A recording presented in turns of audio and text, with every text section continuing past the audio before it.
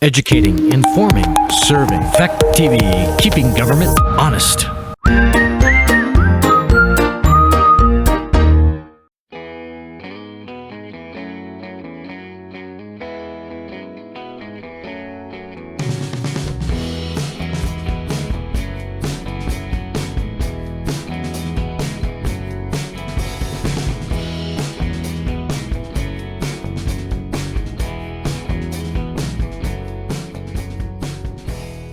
This is the standard pre-election BCA meeting to designate the polling place and time and personnel to man the polls. First order of business is to designate the polling place and time, which will be right here, Graton Elementary School, 8 days from now on March 3rd from 9 a.m. to 7 p.m. Do I have, yes. So moved.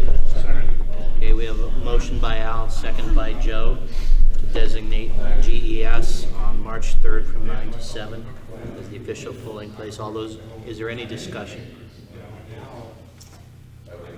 If not, all those in favor vote by saying aye. Aye. Opposed?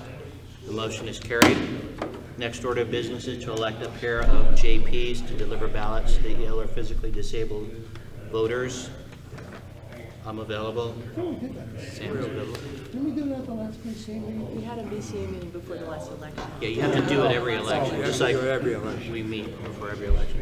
So Chris Wallace, Sam Badalino put the names forward. Is there anyone else? No, no interest. Okay. My mother's house. Making her come. Okay, any discussion? I'm not picking up. If not, I'm not picking up. are you filming this? Yeah. Oh, okay. Now I got you. All right. So do I have a motion to designate Chris Wallace and Sam Badalino as JPs to deliver ballots to physically ill? So moved. Motion by Wendy, Second. second by Al. Is there any discussion? If not, all those in favor vote by saying aye. Aye. Opposed? The motion is carried. Next order of business is to appoint the assistant election officer, which would be Michelle Dolliff. Make that motion. Motion by Al Sands, Second. second by Stan Mack. Any discussion? She's experienced and, yeah, she's a good choice. A good campaign. There's no further discussion. All those in favor of appointing Michelle Dolliff, assistant election officer, vote by saying aye. Aye. Opposed? The motion is carried. Next order of business is to designate ballot clerks. Kim? I have Gail Ann You might Fisher. want to turn this thing on. And there's about a 2-second delay. Go. Good now? Of course you can't hear. There you go. Okay, Gail Ann Fisher, Ann Record, Nancy Middleton, Cynthia Gibbs, Michelle Dolliff, Mary Ann Kearns, Pat Mack. I'm attempting to ask one more ballot clerk. I'd like to have for the first time 3 at my entrance checklist because we do have 5 ballots to hand out. And it'll be very confusing and I think it'll be very well attended, so I'm looking at having 3 at one entrance and 2 at the exit. So that's who I have for ballot clerks. And that will give you full coverage. Yes, we split up the days, I have 8:30 to 2 and then 2 to 7. Yeah, so they're not sitting there the entire day. Do we have any further discussion? That's not. Do we have any further discussion on ballot clerks for the March 3rd elections? Need a motion? Yes, I will entertain a motion to accept. That we approve the proposal with Kevin. Second? Now second. Okay, we have a motion by Dave Ross, second by Sam Badalino, to approve the list of ballot clerks provided by the town clerk. If there's no further discussion, all those in favor vote by saying aye. Aye. Opposed? The motion is carried. Next order of business is to appoint ballot counters at the close of polls. And again, that's all of the JPs, so that would be a total of 8 of us, okay, because we are down actually by 2 when you think about it. And I am asking that you approve having, we've got Bill Kearns and Mary Ann Kearns, Nancy Middleton, and Cynthia Gibbs and Pat Mack as extras, not part of the BCA, that I'd like you to approve as counters. Okay. So, entertain a motion to approve the full BCA along with Nancy Middleton, Bill Kearns, Cynthia Gibbs, and Pat Mack as ballot counters. So moved. Second. Oh, I'm sorry, who got removed? You did, Stan? Al? He moved. I Okay. second. Al and then Stan? Thank you. Is there any further discussion? If there is no discussion, all those in favor vote by saying aye. Aye. Opposed? The motion is carried. List of ballot counters is approved. Any other business before this body pertaining to the election? I just want to make note that it is going to be time consuming this time, so we don't want to rush and be out of here as quick as we can. We have a multitude of ballots to count, sort, so and we don't want to recount, so. We don't want to be in Iowa. Plan to be here. I mean, let's not. And please, everyone, make it a point to be here no later than 7 o'clock when the polls close, so that we can get started with the count. Is there any other business before this body? If not, I'll entertain a motion to adjourn. Joe Polio, second. Al. All those in favor? Aye. Meeting is adjourned. Thank you very much. The Freetown meeting for 2020. I'm Chris Wallace. I will be moderating this evening. Three major areas that we'll be covering tonight will be the schools, the warrant, each article, and then a candidates forum at the end. We'll get started right away with the Union High School, Bellows Falls Union High School, and we'll lead off with Chris Hodson. So Chris, the floor is yours. Yep. You need help handing those Sure, out? if you don't mind. What I have for you here, and again, I know you've got a busy evening. I will try not to take up too much of your time. But what's being handed out right now? Can you use the mic, please? Oh, so what? Push the button. Isn't there a button on there, Chris? Oh yeah, there is. Green light. How's that? No. Better? Chris, you should introduce your superintendent and then. Will do. Is that Yeah. better? That's- Okay. So, with me this evening is Jack Breyer, board member, and Lynn Carey, assistant superintendent.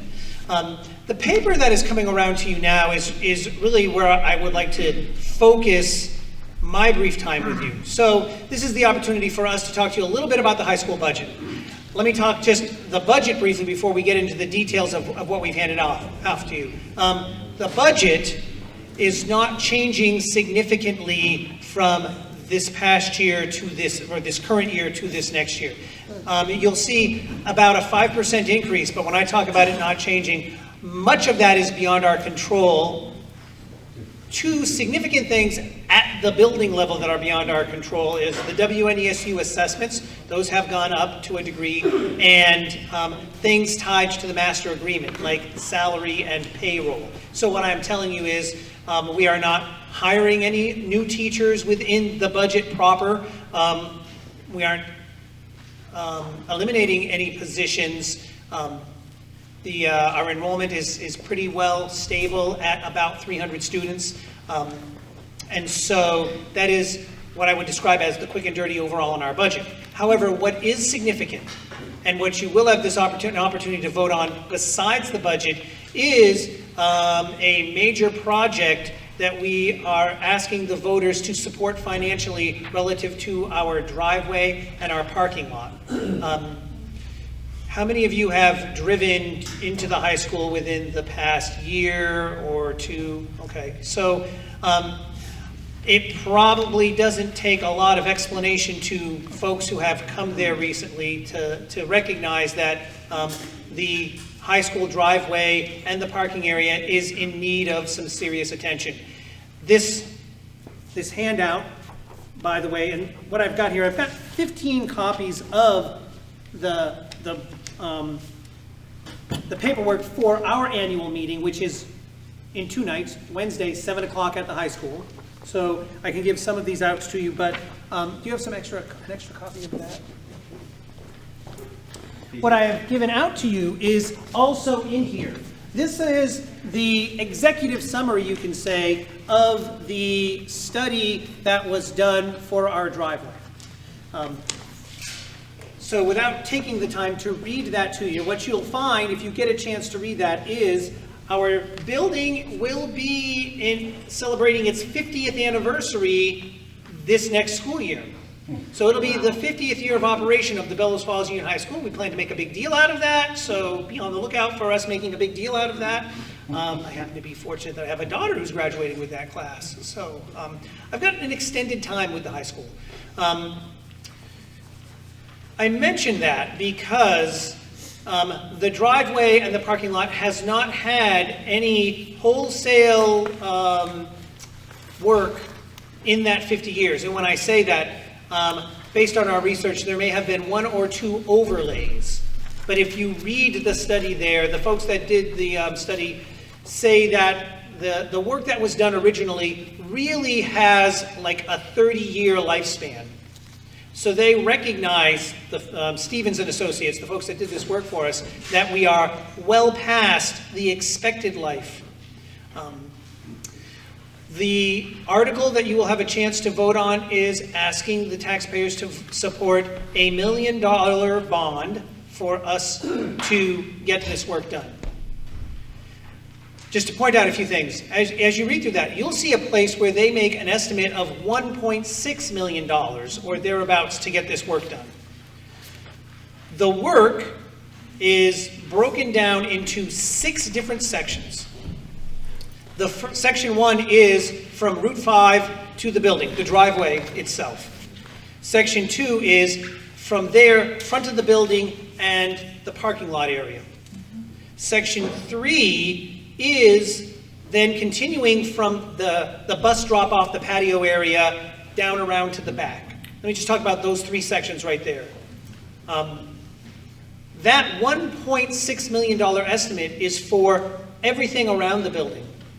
We are very confident that we can get the stuff done that I just described for the amount of money that we're asking for, and that is also summarized for you in that handout that I gave you.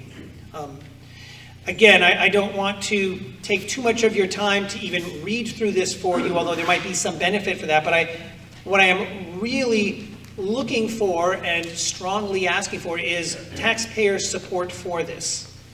The other piece that I think is an important piece of history to reference is, this is my 15th year serving as principal at the Bellows Falls Union High School. That means I have done 15 budgets on behalf of the Bellows Falls Union High School. In those 15 years, probably 12 or 13 of those, we have created very conservative budgets that have led to surpluses once we have taken that conservative budget and actually spent money from it. So we start by making a tight budget, and then we work hard to be very responsible in our spending of the money, and that has played out to surpluses over the course of time. This would be only the 3rd time in those 15 years we have gone outside the budget, asking the taxpayers to essentially support us going out for a loan for facility-related projects. One of those was about 10 or 12 years ago when we replaced all of the carpeting in the academic wing. The second time, and I don't really count this, but I'm going to share it with you for full disclosure, we went out for a bond of about $100,000 to replace all of the lighting in the building. The reason I don't count that is because we did that fully expecting and genuinely accessing cost savings that completely offset the annual cost of that. So, in round numbers, we expected to and paid about $20,000 a year to pay off the work that was done on the lighting. And we did, in reality, save at least $20,000 a year in the electricity for lighting the building. So that was a no-brainer and a win-win situation, but yes, we did go out to, through a loan, fund that.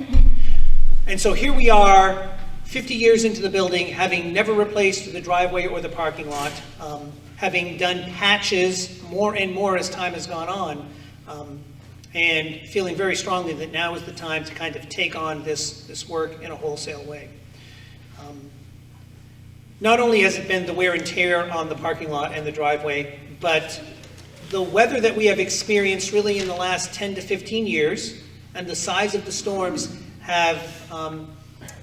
were not really expected back in 1969 and 1970, when not only the parking lot was put in place, but when the water flow management was planned. And so that's another part that will happen with this project that we are asking the taxpayers to support. So it's both about replacing the paved areas and improving the stormwater flow through this project.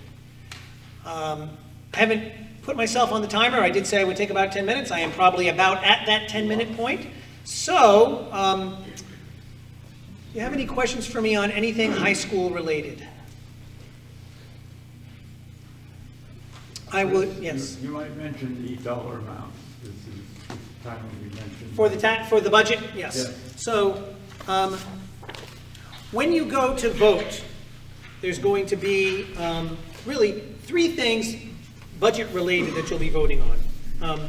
There is the $7,287,628 budget.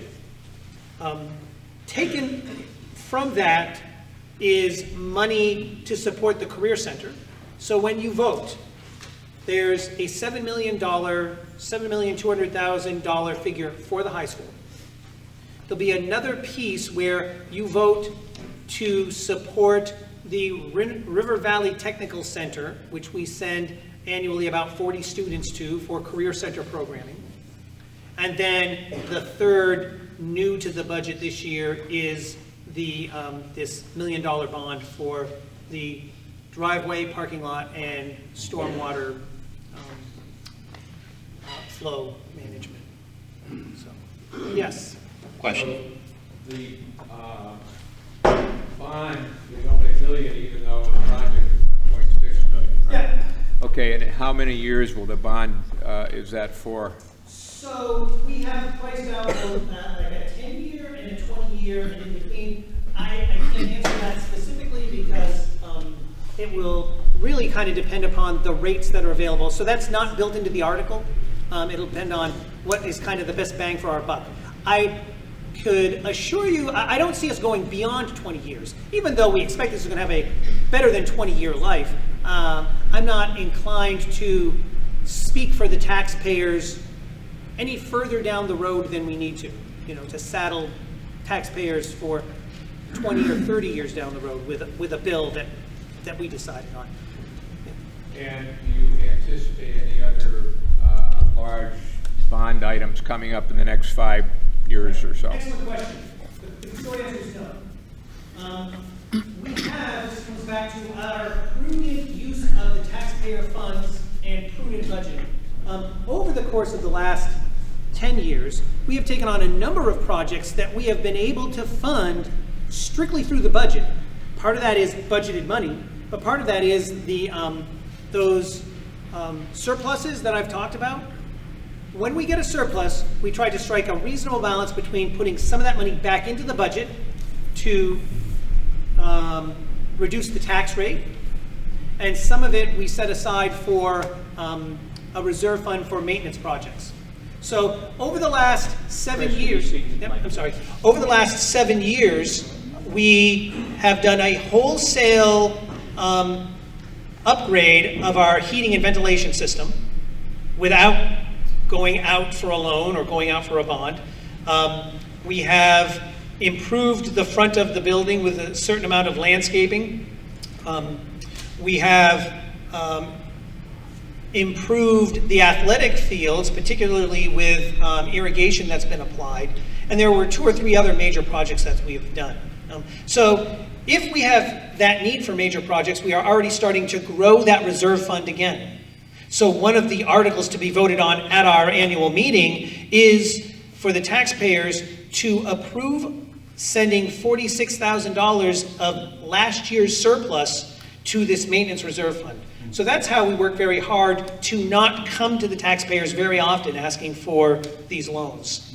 And by the way, that's still, if we set aside $46,000 in a reserve fund, has us putting back into the budget fully 1% of that increase to offset that money from the taxpayers. So about $75,000 is going back into the budget. So, so we try to pay close attention to those things. Any other questions for Bellows Falls Union High School Principal Chris Hudson?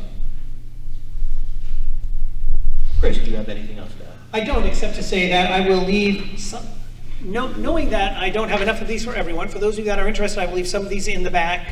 I brought what I had at the high school, and so if you're interested in those. Thank you Thank very you. much, Chris. At this time, I would ask Jack Breyer, the chair of the Wyndham Northeast Unified Elementary School District, to come and bring us up to date on the district.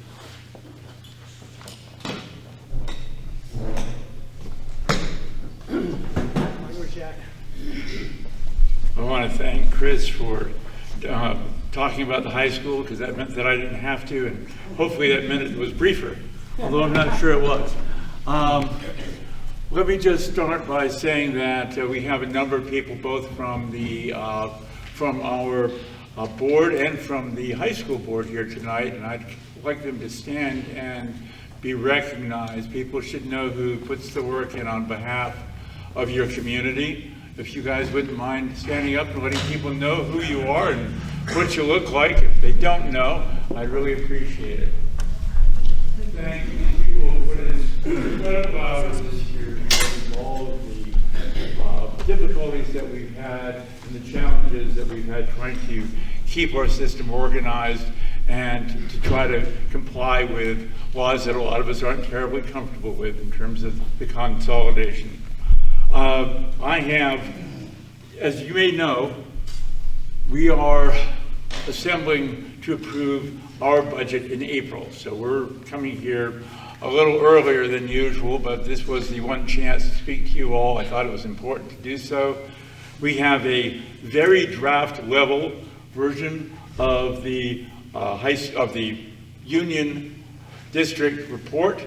It's on the table over there. I will tell you in advance that if you have trouble following the Butch Carey data, you won't be the only one. But we have a summary in the front that breaks out the dollar amounts, and you should know that we did cut the budget from $6,959,000 last year to $6,792,000 this year.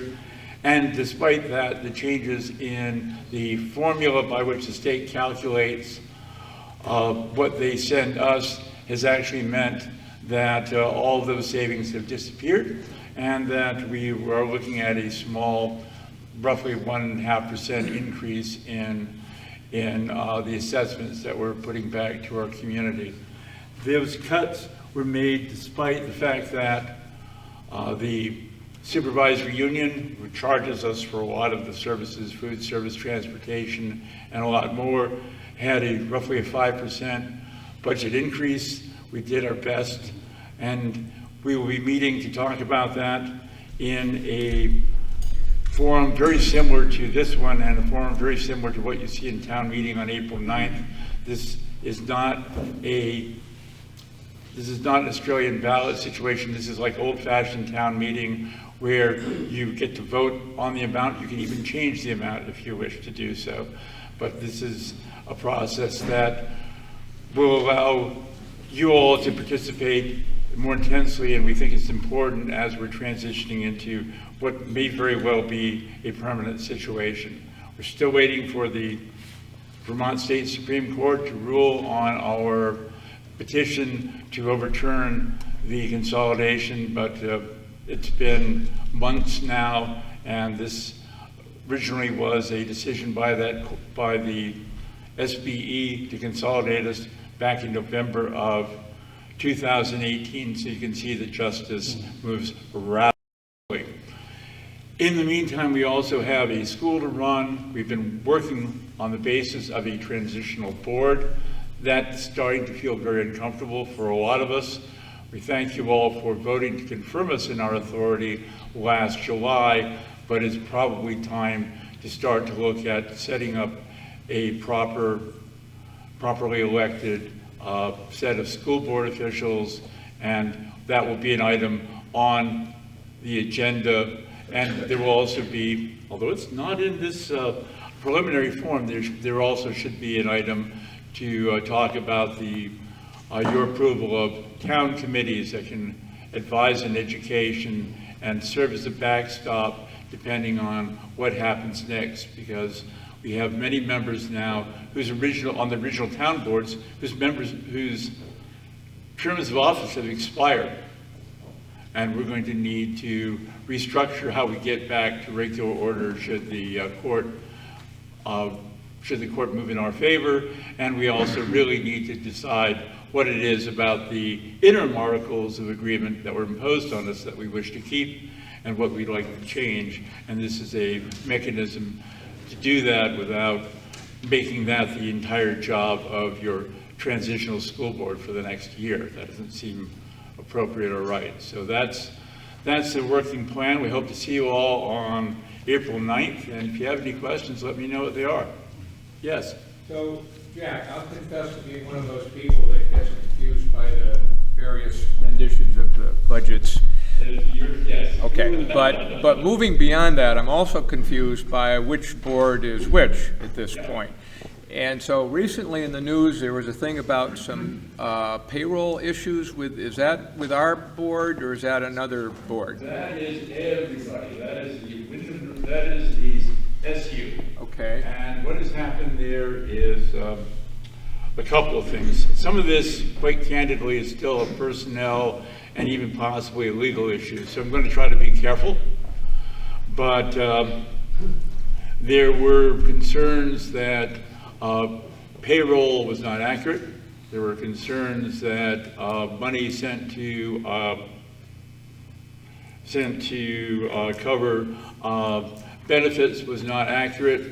There was concern that the budget numbers were not accurate. Some of this is due to a new software that was imposed upon us by the state that bought it apparently on cheapest possible, because quite frankly it didn't work even a little bit.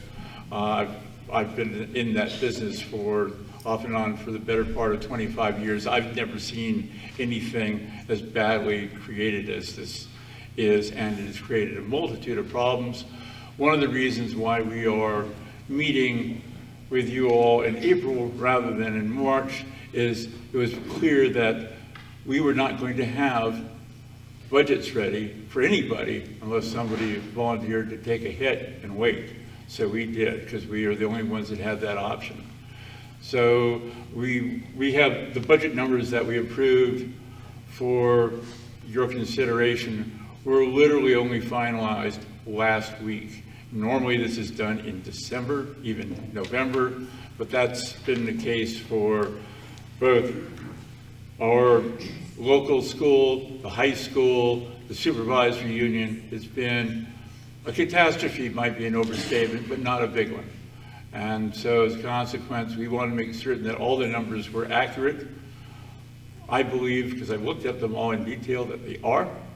And this is why we're coming to you now with them. That's why some of these reports look a little on the drafty side, because in fact they are. This was finalized literally this morning in terms of getting the paperwork put together. So I ask for your forgiveness, but that's the situation we face. Any other questions? Yes. The aircraft at the Graton school, I think we had a conversation where you did have some funds left before it dispersed into this new merger. Right. What's happening with those funds? They're just That sitting is, dormant? that is the cash account for an item that's been accounted for. He was supposed to get a hold of you last week. Apparently that didn't happen. But it's not a new pool of money. It's just in that account, and that needs to be moved to the Wyndham Northeast Union Elementary School District account at some point, probably sooner rather than later. On Grafton's behalf to. This is very, it will, all monies, all properties, everything goes into the successor district. As far as the state is concerned, there is no such thing as a Grafton School District, no such thing as a Westminster School District. They don't exist, and it's just like if you were in bankruptcy court and there was a receiver to receive all the funds and all the assets of the bankrupt entity. That's what the new district effectively is, and now that money is everybody's. Just like the debt is everybody's, just like the Westminster surplus from 2019 is everybody's. We're all one big happy family. They in fact are bringing forth over $100,000 in surplus, and when you are at the warning meeting, you'll see that we have a recommended dispersal of that.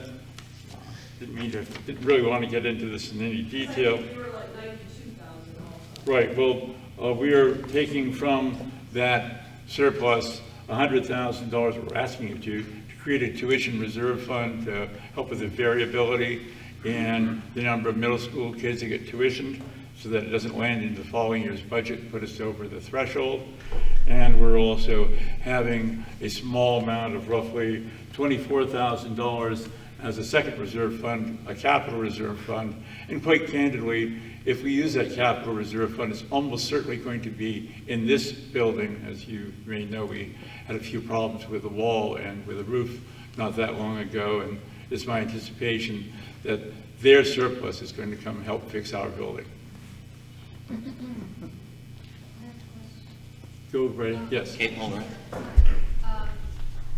Well, I've served as auditor for many years, and I'm resigning this year, but just a few months ago, in the midst of all this switchover and stuff, we stopped auditing the school books. Up until that point, we Right. had been. So I'm wondering what your opinion is. If you think that's a good idea, or would it just be impossible for the town auditors to continue to look at the books? Because, you know, on several occasions we found discrepancies and, you know, so that's my question. Let me touch on 2 points with this. The first is that by law, we were supposed to have final audit reports of the individual districts ready on December 31st. And you'll notice it's not December 31st and we don't have them.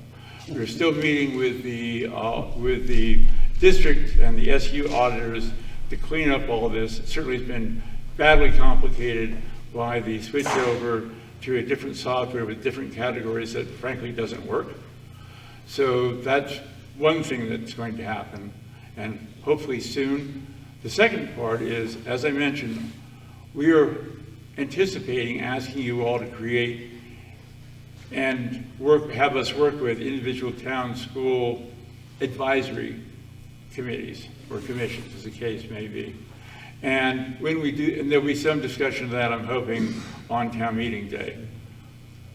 As part of that process, we want these individual commissions, committees, to advise on the assets of the schools and to advise on governance. I believe that financial oversight is part of that governance, and while we haven't worked out the details of how that's going to work, and to some extent I'm hoping to leave that to the discretion of the individual town commissions, I think that would be an important part of it. You will notice you haven't seen it, but when you read my report, you'll note that we have been able to identify a large bolus of money that could go to Graton schools if we reverse the consolidation order. We have a large bolus of money that we can confidently release to the Westminster School in that contingency. We have $1 million that's going to need to be unwound to be reallocated to the 2 districts. because of state rules. It'll be a process. And that's going to be a real opportunity. If you want to volunteer as doing some auditing work, we may have a job for you. I hope that's helpful and not too dismaying. Any other questions? Well, it took more than 10 minutes, but thank you all. Thank you, Jack, and thank you to all the members of the district board. Yeah, at this time, we'll go into the next section of our meeting. This is your opportunity to ask any questions on the specific articles in the warrant. Members of the select board and the town staff are available here to discuss each item on the warrant. So without further ado, we'll go straight into the warning. First three articles are pretty much boilerplate, no dollar amount attached, the same ones that appear every year, but we'll go ahead. If there's any questions, just raise your hand. Article 1, to choose all town officers, voting to be by Australian ballot, polls open from 9 a.m. to 7 p.m. Any questions on Article 1? Article 2, to act on the auditor's report. Any questions, discussion? Bill? Just that I didn't bring the auditor's report from the meeting the other night initially, but they're now back on the table. If anybody wants to see what the auditor had to say at our meeting the other night, I sent it to a whole bunch of people. You may already have it, but if you didn't get it, it's on the table in the back.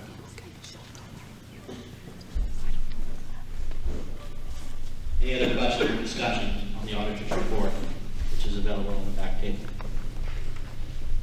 If not, moving on to Article 3, authorize the selectmen to borrow money respectively if necessary for current expenses in anticipation of collection of taxes. There are no questions or discussion. We'll move on to Article 4. Shall the town of Grafton raise $9,000.00 for ambulance service?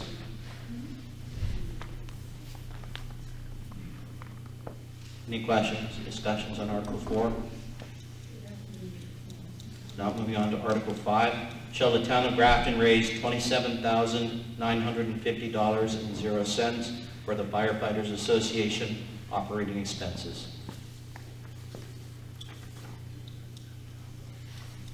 Any questions, discussion on Article 5?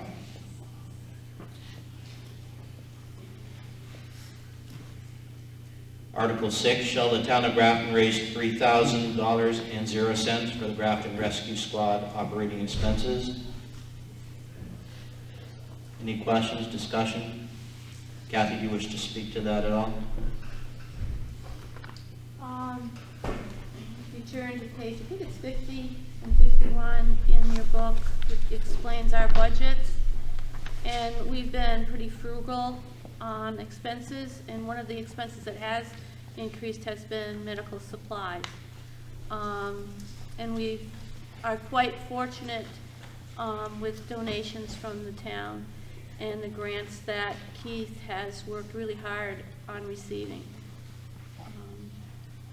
So we're doing well. Thank you, Kathy. Any further questions or discussion on Article 6? Not moving on to Article 7. Shall the town of Grafton approve expenditures of any grant monies awarded for purposes named in such grant or grants for fiscal year 2020-2021? No questions or discussions. Move on to Article 8.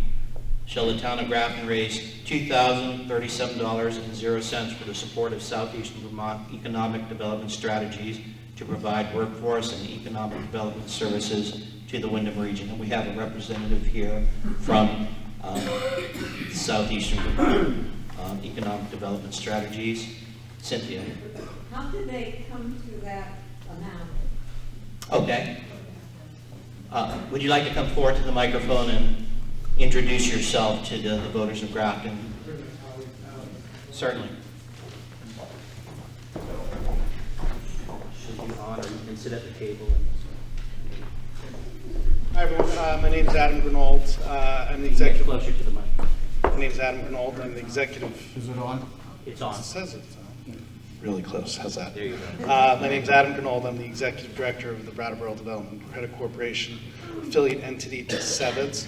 Sevitz has no employees, so instead the BDCC staff go and act as Sevitz staff. So we came up with this amount. It's a per capita request. So we go out and we ask all 27 communities in the region to fund Sevitz on a $3 per capita basis. So what do you consider the population of Grafton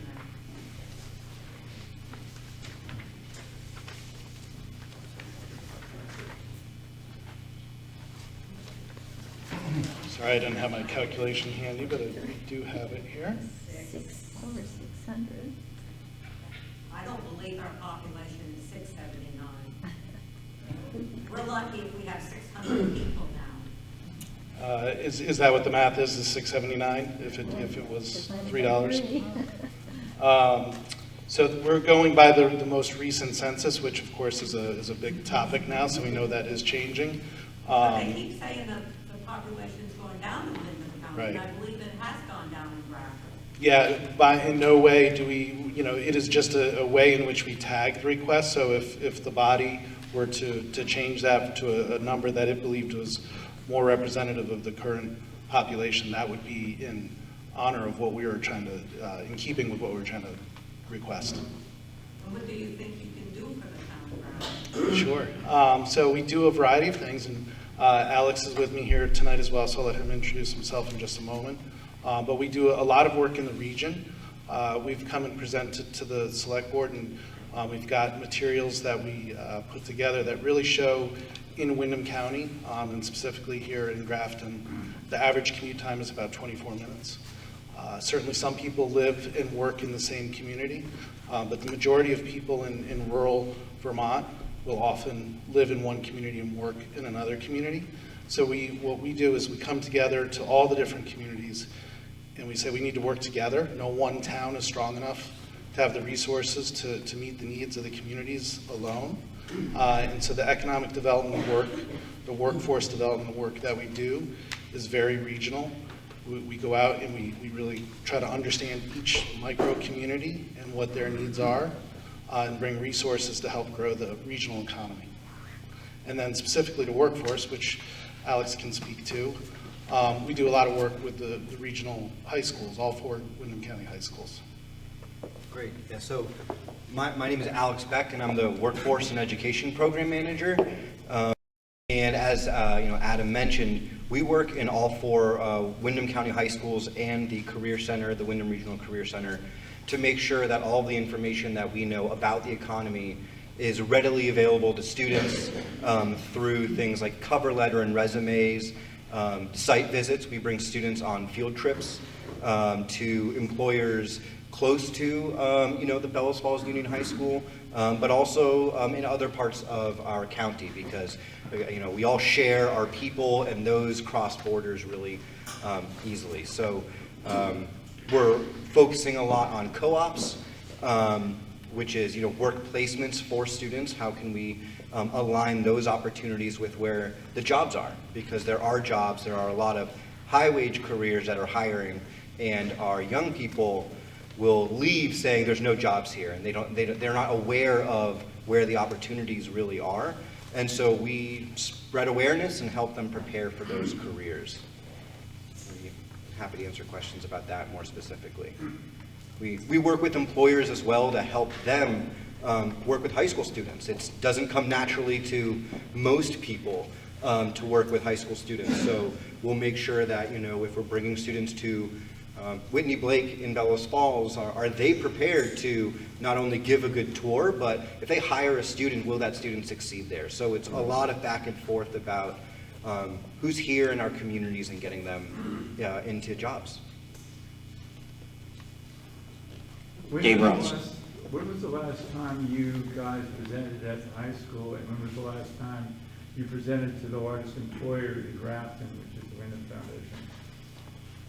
So with the school board, I recall There was, I don't know the exact date, there was that fantastic presentation by the performing arts teachers last school year. We try and go every year. We're planning to come this spring after all the budgets are passed. So we know to avoid school board meetings during budget season, so we go to, or at least try to go to everyone once a year.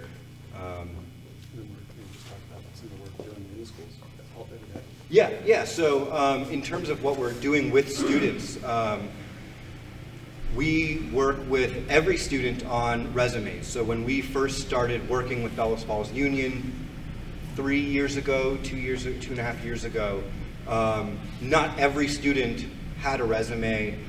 Some of them may have been lucky enough to meet with their counselor and had that opportunity, but for the last 2 years we've been working with Mark Gibo, if you know him, to make sure that all students during Terrier time at some point come and meet with us, and we teach them how to do a resume, and that's been successful so far. We also do the Sophomore Summit, so all of the sophomores in the county come to a day-long event of career awareness and exposure activities. So we have employers coming. Last year was at SIT campus. It will be again this year. But we bring all the different careers and industries. There's 13 different panels that students can sign up for, and all of the sophomores signed up for that last year from Bellows Falls. So we've really enjoyed working with the guidance department there, and it's been going well. In regards to the foundation, I work closely with Liz Minkowski on issues for both for the foundation as well as the cheese business. So we're in close contact. I think if you asked Liz, she would see us as a resource and one that she reaches out to, not frequently, but often. Game Ross. What's your overall operating budget? Sure, so that gets tricky, so depending on where you really want to understand that answer. So for CEVIDS, which is the group coming for this request, it's about $200,000 a year. About $80,000 to $95,000 is raised municipally.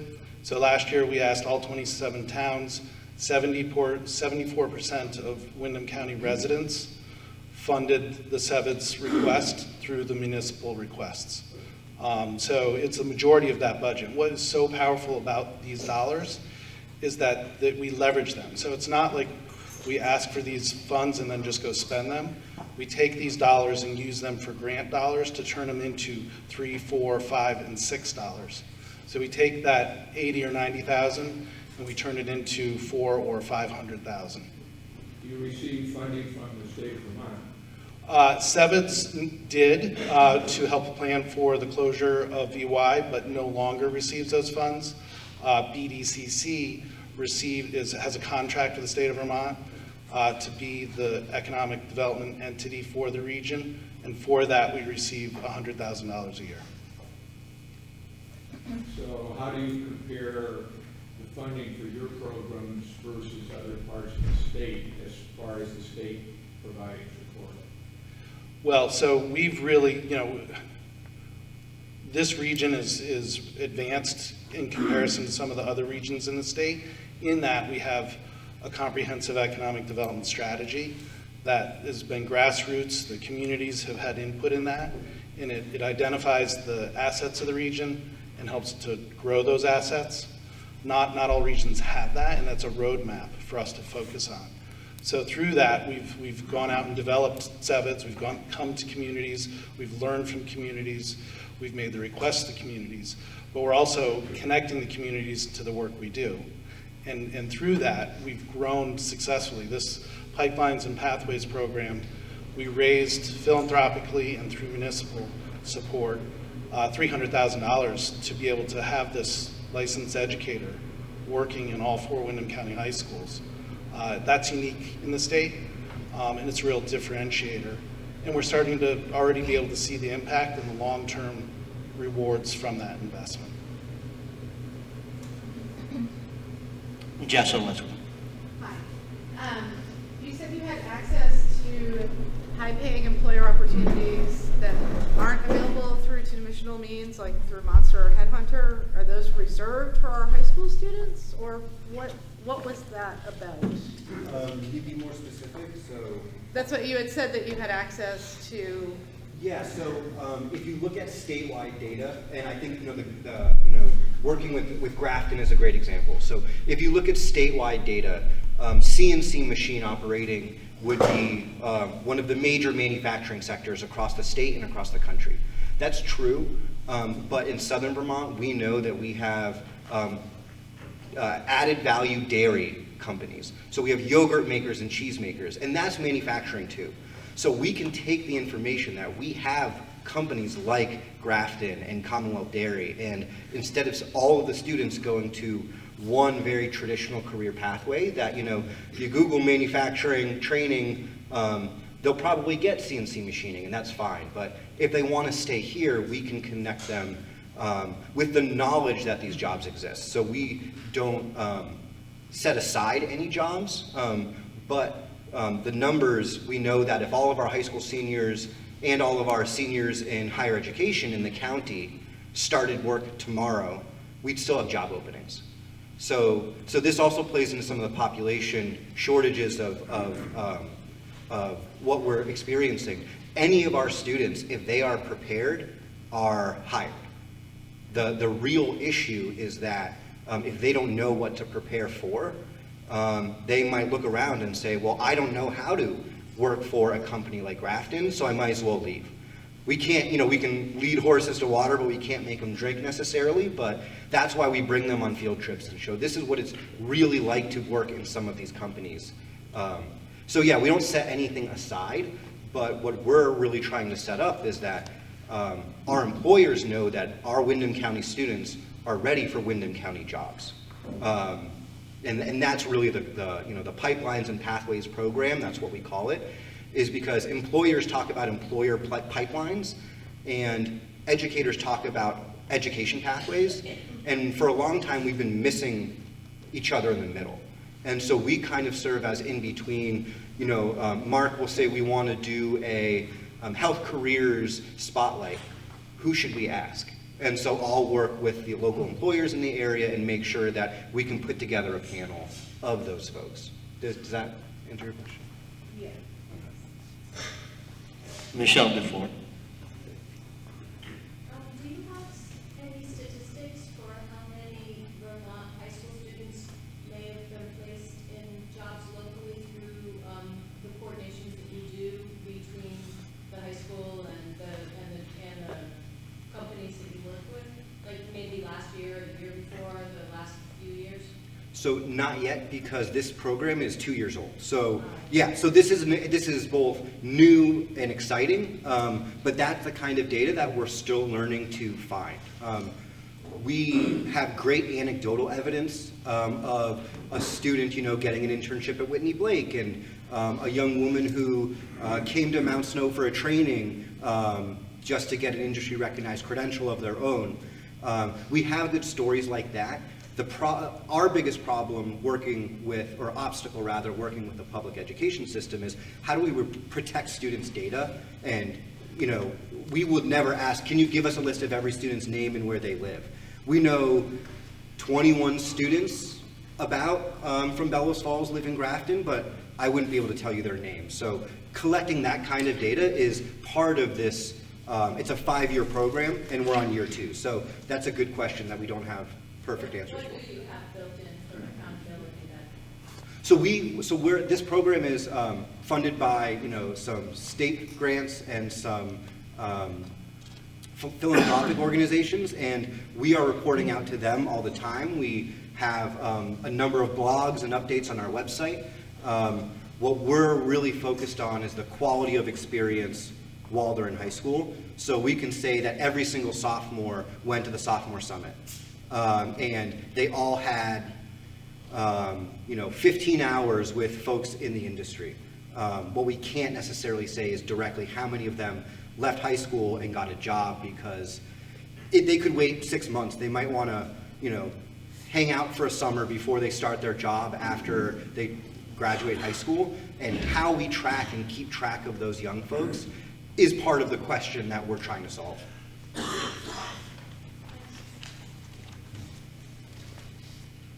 we have any other questions for our Sevens representatives?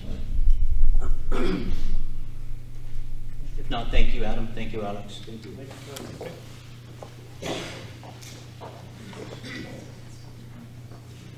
Moving right along, Article 9. Shall the town of Grafton raise $100.00 for support of Rural Fire Protection Task Force for the Vermont Rural Fire Protection Program?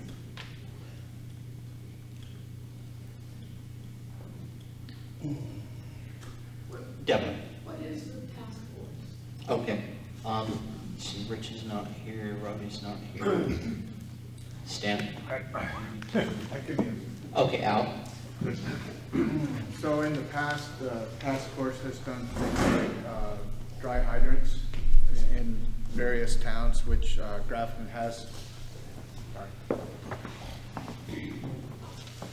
The Rural Fire Task Force has done things like dry hydrants where somebody has a pond or a water source. They provide engineering and some of the funding for actual construction of the dry hydrants so that there's a water source in remote areas. And the fire department here has taken advantage of it over the years. And when we talked to them about budgets, they encouraged us to be in favor of this $100.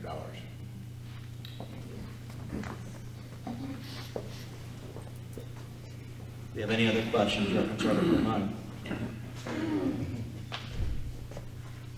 If not, moving on to Article 10, humanitarian expenses. Shall the town of Grafton raise $9,741.00 for humanitarian expenses, specifically the Bellows Falls Senior Center at $674, Grace Cottage at $1,500, Grafton Cares at $1,000 even, HCRS at $600, Parks Place $100, RSVP $160, Senior Solutions $650, SEFCA $650, the current $250, Valley Cares $1,052, VNA $2,300, VCIL $105, and the Women's Freedom Center $600, and Youth Services $100. Are there any questions or discussion about any of those allocations?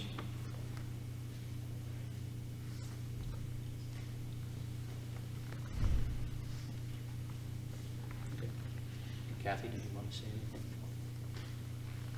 You don't All I have can to. say is that each of the services do provide a lot of services to the community, the families, not just the elders and not just Meals on Wheels.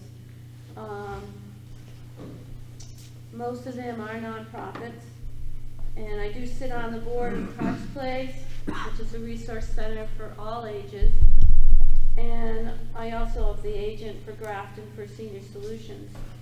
I have some statistics you might want to know about on the meal program for Vermonters.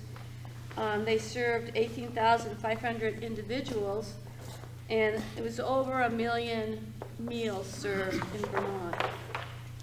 For Senior Solutions, they served 4,560 folks with 215,850 meals were served. It keeps folks at home. It keeps them with a healthy diet, and they can manage their medical conditions, and overall health is improved. So lots of good is done, and they're asking various towns to contribute. Thank you, Kathy. If there are no further questions on the humanitarian services, Article 10, we'll move on to Article 11, capital budget. Shall the town of Grafton raise $175,000 for the capital budget, specifically $25,609 for our highway structures program, $15,000 for a fire truck fund, $75,000 for a highway equipment reserve, $4,000 for guardrail projects, $4,000 for computer upgrade program, $5,000 for bridge maintenance program, and $46,391 for bridge construction program. Do we have any questions? Dave Ross. The allocation for a new truck for the highway department. I think this would be the second year that that's made, and I think the intent is to purchase a truck maybe next year. And I think this is a great idea, you know, not hitting the taxpayers all at one time for the cost, you know, expensive cost of a vehicle. But I'm wondering if it's possible to look further out so that instead of $75,000 a year, we're, you know, at $35,000 a year or something like that, or whether the replacement of vehicles comes up too quickly to be able to do that. Does anyone want to speak to that? Al? Currently, our vehicle replacements, truck replacements on a 7-year schedule.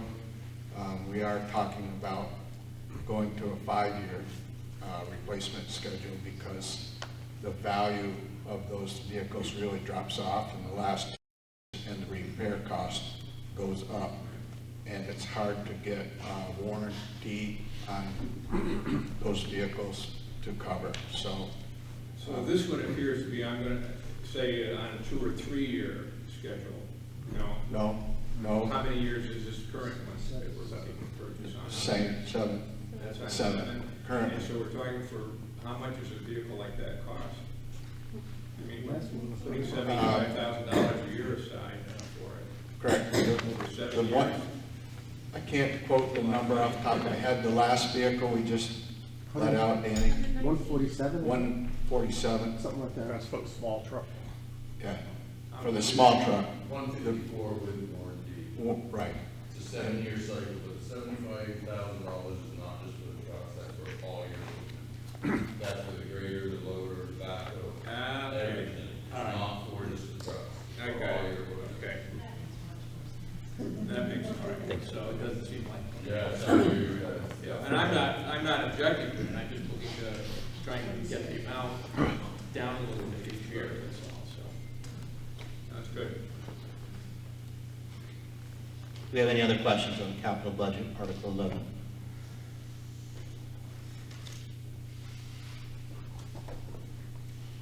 If not, moving on to Article 12.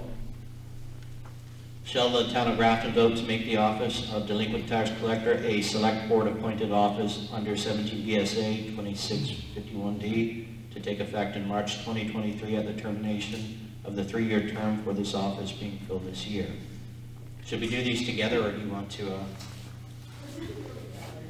And then Article 13. Shall the town of Graton vote for a 1-year term for the office of delinquent tax collector under 17 VSA 2649-9 to take effect March 2023 at the termination of the 3-year term for this office being filled this year? Kim, do you want to speak to that?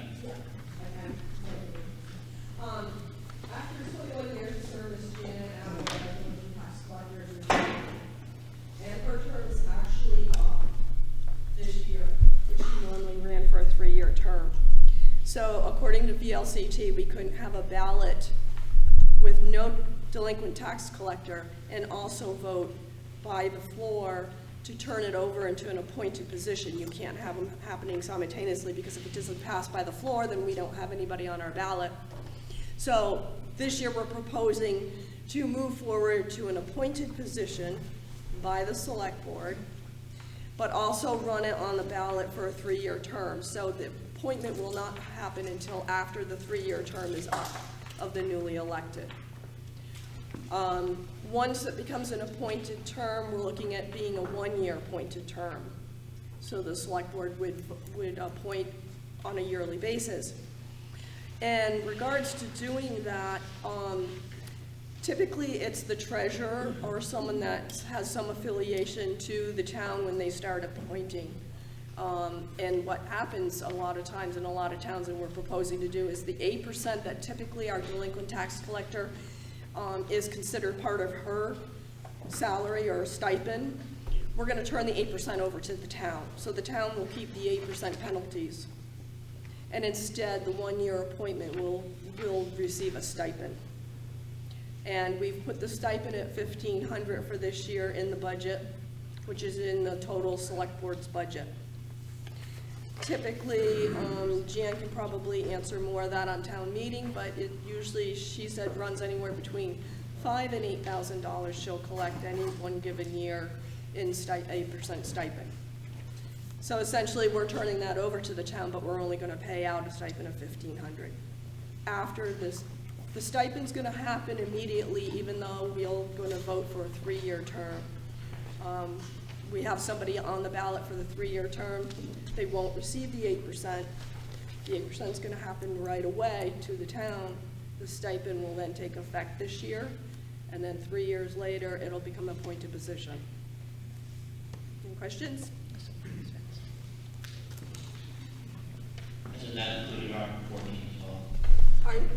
You just covered our reporting as well. Yeah, yep, all three. If there are no other questions on Articles 12, 13, and 14, we'll move on to Article 15. Shall the town of Grafton raise $601,093.00 for the maintenance of highways and bridges? Do you have any questions on this?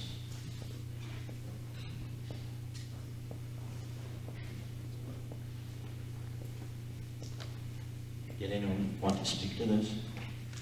What's the question? No requirement to do so. You want to? What? We have a question? No.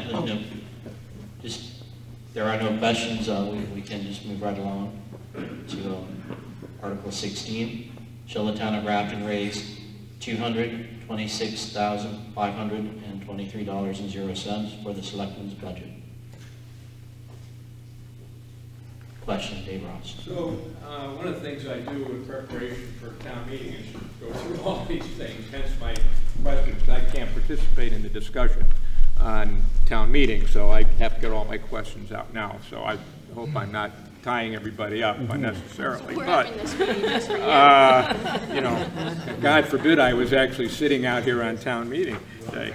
Anyway, we present the budget in various formats in the annual report, but I couldn't find one that specifically outlined what the select board budget is, what this article covers, so I'm trying to find out where in the town report that actually appears. Okay, I'll And toto, yeah. It's on page 12 and 13. Dave, if you look on page 12 through 17, More than 14. The selectmen's budget is to 14. so that's where it spells it out. It usually breaks out. So all those pages are the select board budget? Yep. And the summary is on page 18 of the select board's itemized budget. If you look on page 18, the selectmen's budget is. So it's just those items in the upper left hand? Right. Well, if you look on 18, that's kind of a summary. Right. Yeah. And then if you look starting on page 12, that's more detailed.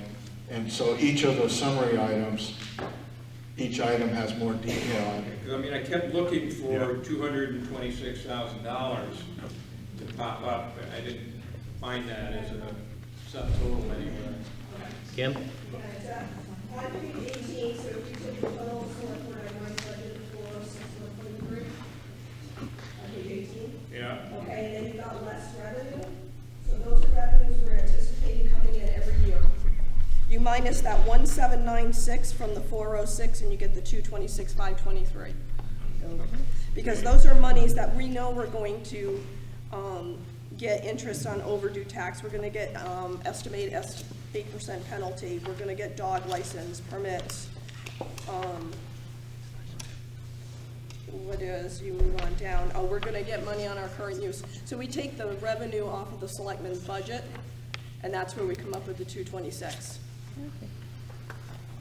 So you don't see just that number anywhere. Does that satisfy you? Does that make sense? Me? Yeah. Okay. We have any other questions? You could do it in a different way, more direct way, but yeah. If not, I'll move on to Articles 17 and 18. Shall the town establish a reserve fund to be called the Graton Town Hall Handicap Access Fund to be used for the construction and installation of handicap access to the second floor of the town hall in accordance with 24 VSA 2804. And accompanying that, Article 18, shall the town deposit the funds donated for the construction and installation of handicap access to the second floor of the town hall to the Graton Town Hall Handicap Access Fund. Do you have any questions on those? Is there a requirement for us to make that? We haven't been doing meetings up there. No, We have been doing maintenance up there. I don't know if Stan, you want to speak to the maintenance piece, I can speak to the handicap. Meetings or maintenance?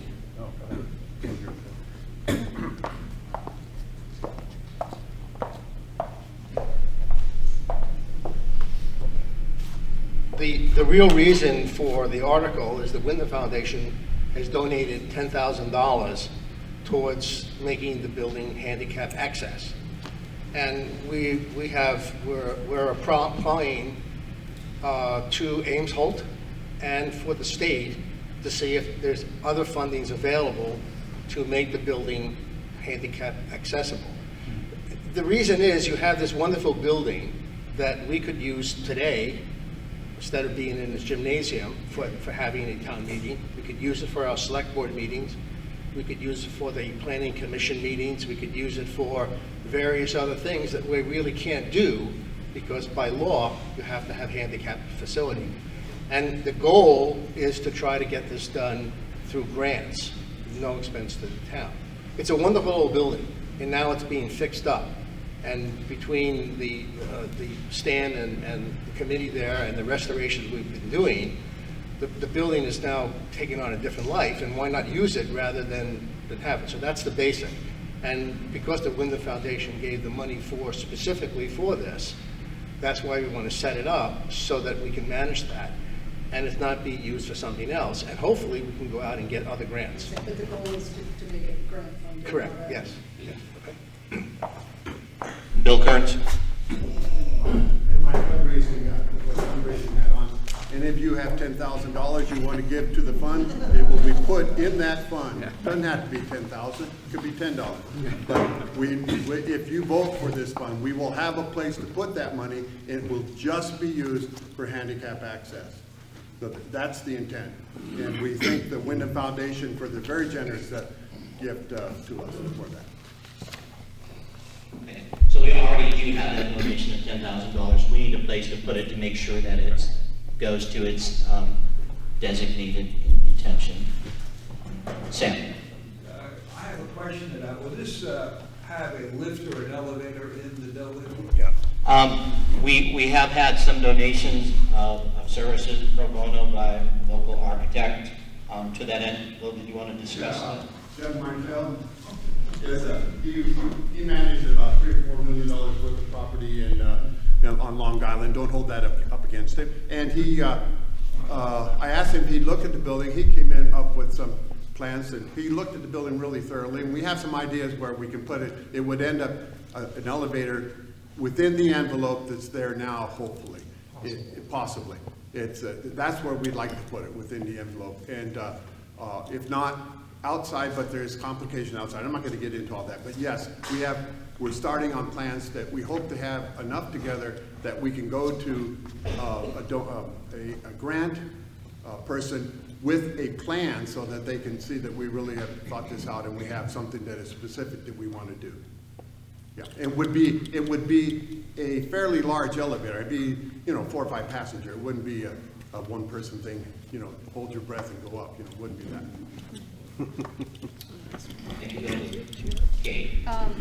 Bill, is there a price attached to the plan for having we gotten that far? Pardon me? Is there a price attached? All over the place. Don't really know what the elevator would cost, because that's the big thing. Nor do we know all the structure it would need. We're not that far along, but we have some idea. It's a lot of money. I mean, it's over $100,000. Possibly it's less, but it's over $100,000 probably.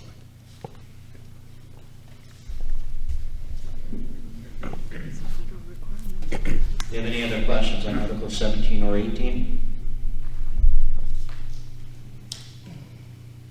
If not, Article 19, shall the town of Graton pay its property taxes to the treasurer in quarterly installments with due dates being August 15th, November 15th, February 15th, and May 15th? Any discussion, questions? New boilerplate, nothing new. Okay, moving on to Article 20. Shall the town of Graton levy an interest charge on all delinquent taxes on real and personal property of 1% per month or fraction thereof from the due date of each installment for the first 3 months, and 1.5% per month or fraction thereof for every month thereafter, as provided in 32 VSA 5136? Any questions, discussion? Kate Muller. Yeah, I'm wondering, with the newly elected tax collector, if he or she might, if your taxes are late. The delinquent tax collector. Yeah, if he or she someone might send out kind and gentle notices, because some people simply forget. And I've seen people on the list that owe like $3.20, you know, and it's just more of an annoyance than anything. So it seems like if we have a specific person doing it, that, you know, we could make that happen. Yeah, I think traditionally the town has worked proactively and constructively. Kim, did you want to speak to that? I haven't heard it, but yeah, usually it's about April that we send out, Michelle and I, well, actually, May, when do we do it, May? We send out reminders.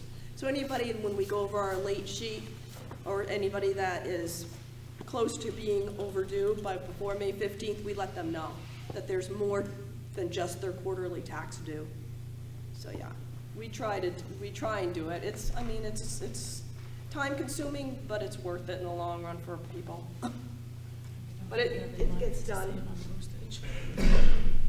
Thank you, Kim. Any other questions or discussions on Article 20? On Article 21, any other non-binding business? Does anyone have any discussion? Al?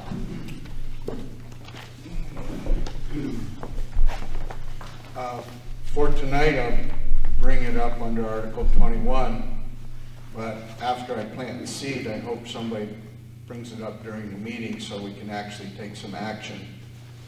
If look over there on the table, there's 2 panels, 2 foot by 4 foot, opened up. There where the cafeteria entrance is. It's a display on emerald ash borer. I've been to 3 meetings for emerald ash borer since the first of the year. It's a problem that we are going to have in Grafton. It's now in Londonderry, so it's one town between us and where the problem is. The problem has existed in the Midwest, in Michigan, Minnesota, that area, since 2002. Those people have already experienced what we are going to experience, and I can tell you from their experience that we will lose 99% of our ash trees. It affects all 3 species that we have here. It affects the white ash, the green ash, and black ash. 99% of our trees, and for some of you in the room, like, well, how many ash trees do we have? You know, some people can't tell an ash tree from a basswood tree. But I will give you just a brief example of some of what I learned at the meetings. Halifax has been doing a survey with a volunteer group in town. They have a little bit more roads than we have, but they have so far surveyed 3,700 trees that are 6 inches in diameter and larger, and they have not surveyed the trees that are in the power company right away and not surveyed the ones that are in state highway. They're only the trees that the town municipality is responsible for. In the town right away. In the town right away. The other part of the problem is once the trees die from emerald ash borer, it becomes very expensive to deal with them, it becomes unsafe for a person with a chainsaw and a hard helmet. So the cost of dealing with the dead trees is about 3 times more expensive than it is with live trees. Here's where the kicker is. I've tried to generate interest with my fellow select board members, and we come to the bottom line is there's no money in the budget. And so what are we going to do? There isn't any money in the state budget for emerald ash borer response either, and we've already been told don't look to the federal government for it. So we have and just because we don't have any money, the problem's not going to go away. We just can't wash our hands and say, well, we don't have any money, so we're not going to do anything. We've dealt with some power outages. We've dealt with other issues, tree related. Not too long ago, 2 very large ash trees came down between the fire station and the end of Fisher Hill Road. That was just 2 trees. I can guarantee you there's a lot more ash trees in Graton. I'm hoping that somebody takes the initiative in one of these articles and adds perhaps $1,000 or so to the budget to be a seed money for us to get something going. I've been to a training session on doing inventory, and I think we should do an inventory of the number of ash trees in town, and we should set some priorities of trees. A tree out on my road does not affect as many people as a tree on School Street where the kids are coming to school every day and parents are coming in and out. 121 east and west, 35 Valley Road. Those are all high-risk areas, but I think we should do a survey. We need a little seed money. It's not in the budget. All of this big push and discussion all took place starting January 1 after the budget was prepared. So it's up there. You can look at it. There's websites if you want to go and get additional information. But it's going to be an issue we're going to have to deal with somehow. Greg, you had your hand up. Yeah, I just wondered, what is the response of it? I mean, we can do the survey, but is there a treatment to prevent the death? There is. Unfortunately, the treatment is a chemical treatment. Is it a systemic chemical? It's a systemic chemical. Yeah. It costs about depending on the size of the tree, it costs about $200 per tree, and it has to be applied every 2 years. So, if you had a very unique tree that was on a green or something special, you might invest in that, and that would be part of your inventory, identifying those very unique trees. But that's not you can't take that approach for every ash tree in town. There's no way. Ron Paulette? I had the same type of question. I mean, what kind of response do you envision that might be effective? I think we're going to have to cut some trees.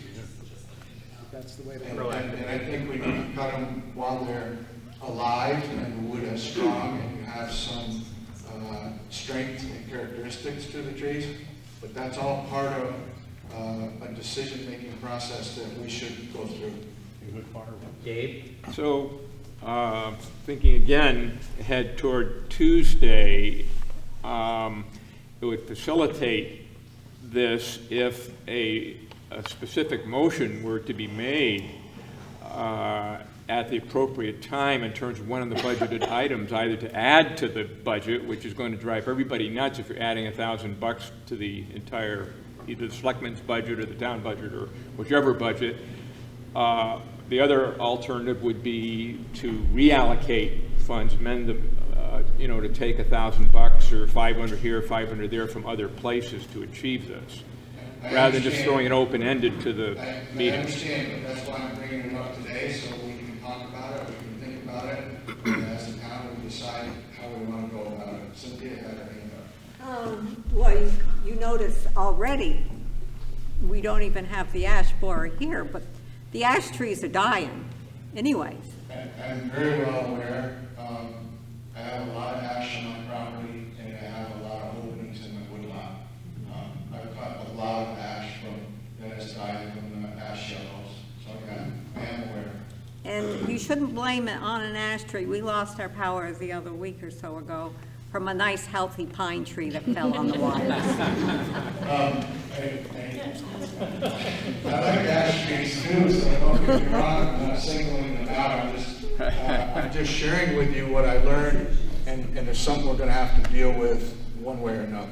Yes? Is there a trap, like, you know how gypsy moth, they have gypsy moth traps. Is there a trap that one can set, or that homeowners, landowners could set to see when the ash borer arrives? Yes. Or is Yes. The purple traps that were around, the last couple of years, you can see these purple traps. If you paid attention, they were always on an ash tree, and that's what they were for. The flight, I don't want to get into all the details, but there's only about a 3-month period of time the insects are flying, and so they would go to those, get them on those traps, and that's part of how they figured out we have a problem. Sam? Now, these trees are cut while they're still alive. What happens to the trees? What happens to the proceeds? They have to have some kind of value. There's two parts to your question, really.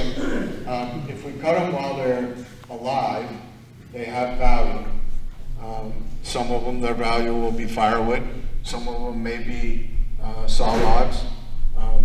That's part of the plan that we should put together is what do we do with the revenue generated? If we wait until after they die, they deteriorate very quickly and their value goes to about zero. They then become money out, but no money in. Now, I have another question, quick one. I could be wrong on this, but I think Green Mountain Power also has a surcharge on your bill already. They do. Okay. That's why I say the other towns, when they've done surveys, they are not surveying the power line right away.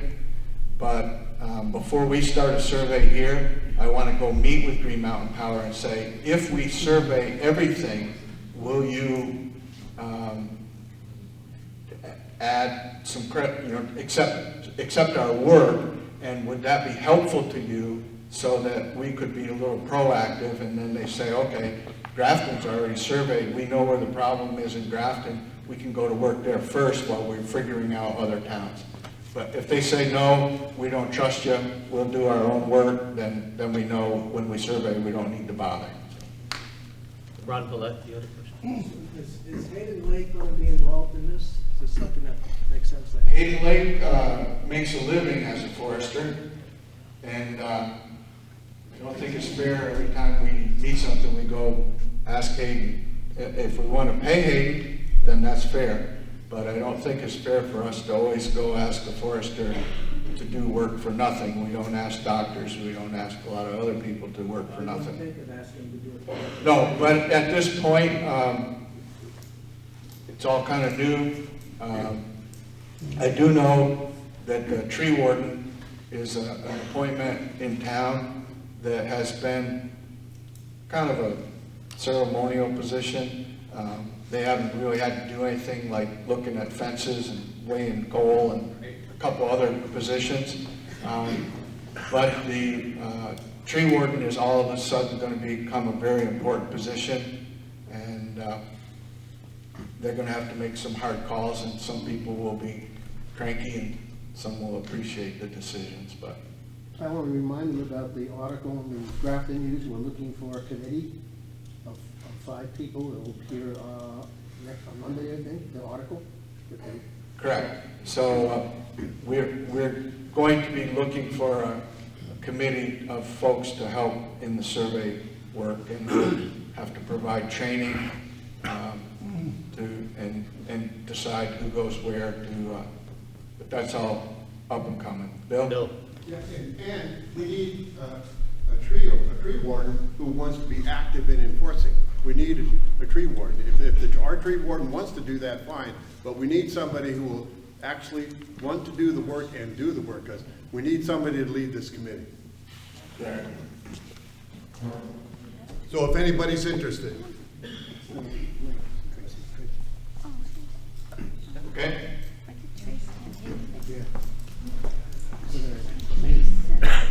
Any other business regarding articles?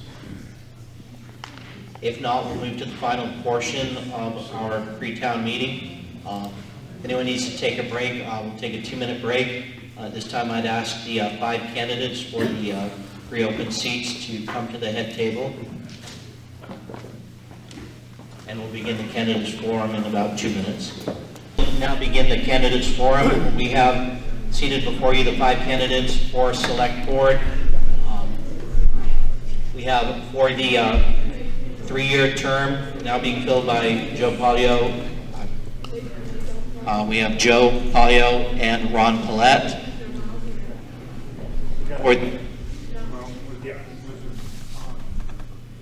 Can I have your attention, please?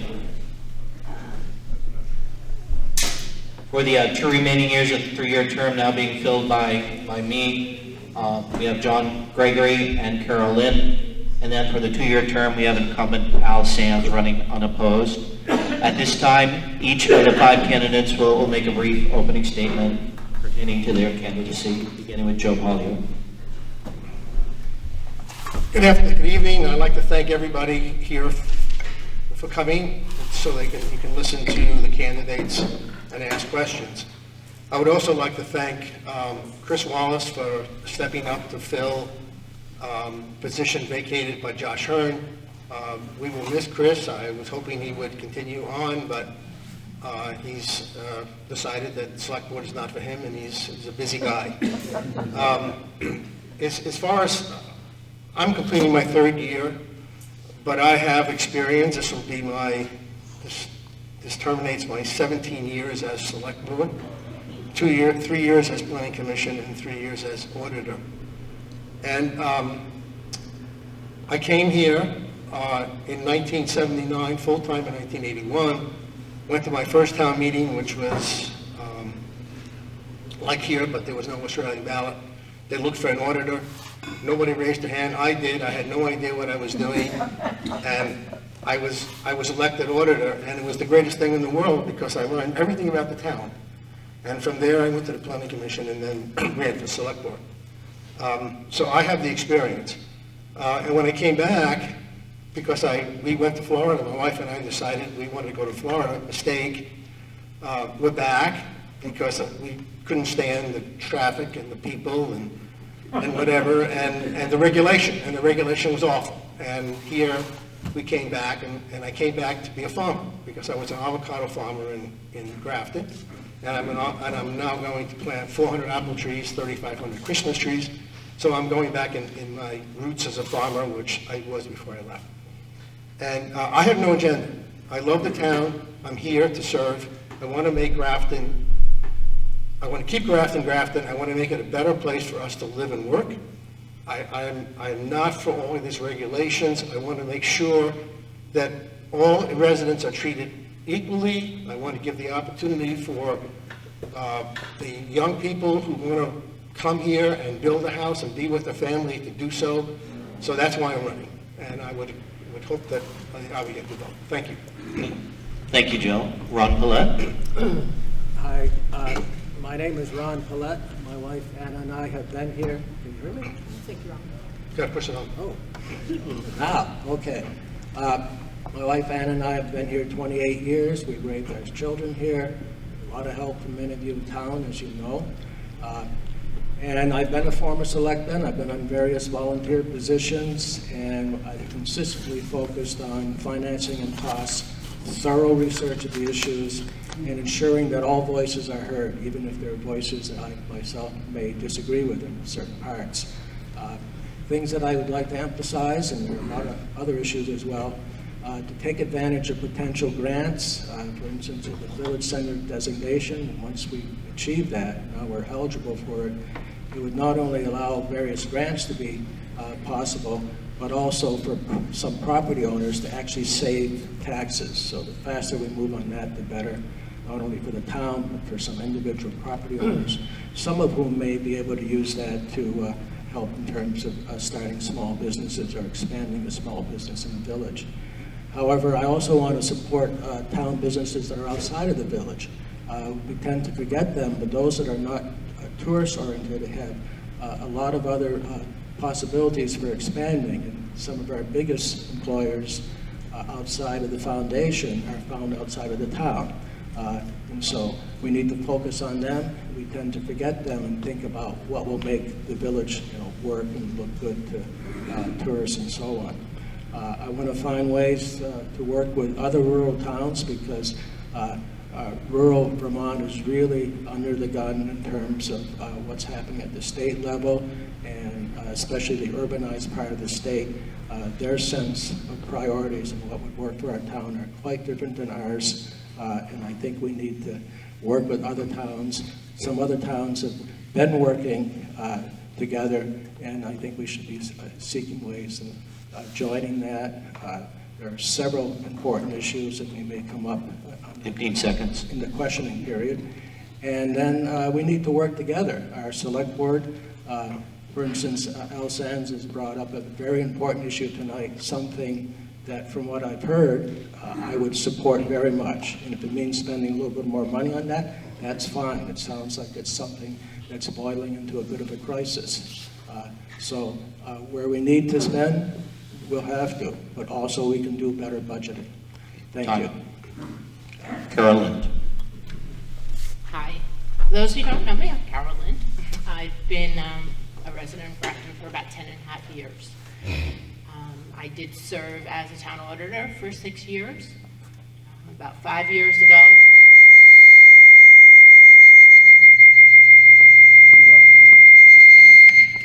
Want to just switch to my sharing, Rob?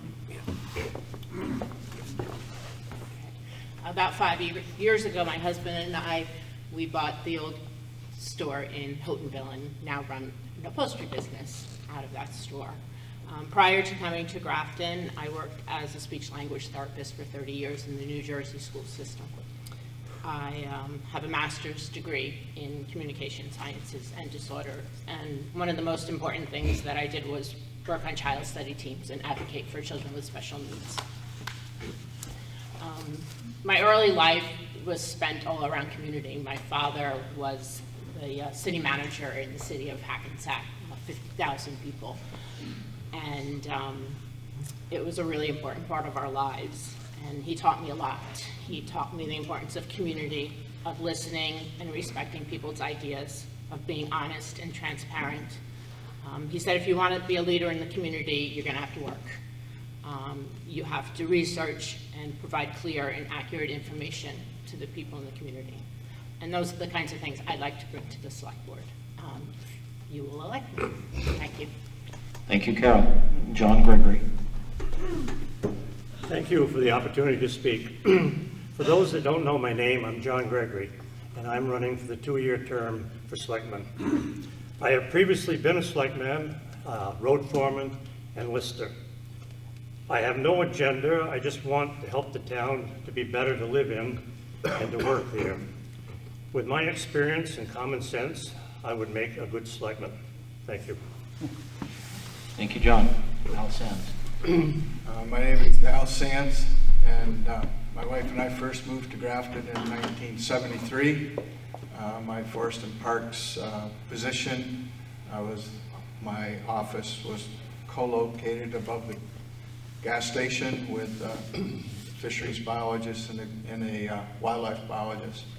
Then later our office moved to Springfield. We rented for 7 years from Frank Jones, and then finally cut our logs and built our own house in the Hall Ranch, and raised a daughter here, went through the whole school system, and was on this school board for 6 years. Part of that process led to building this building, not alone, but with the help of 2 other school board members and the vote of the town. During my career in forestry, I worked in forest resource protection, so insect disease, forest health, and fire control, and spent a fair amount of time in the western states on large fires, a reciprocal agreement with the Federal Forest Service, and worked on national overhead teams. That led to an invitation to come work for the town of Grafton after Irene. The select board asked for some help, and Bill and I and Danny and John and a few others, our information person Dave Ross, we worked on that after Irene.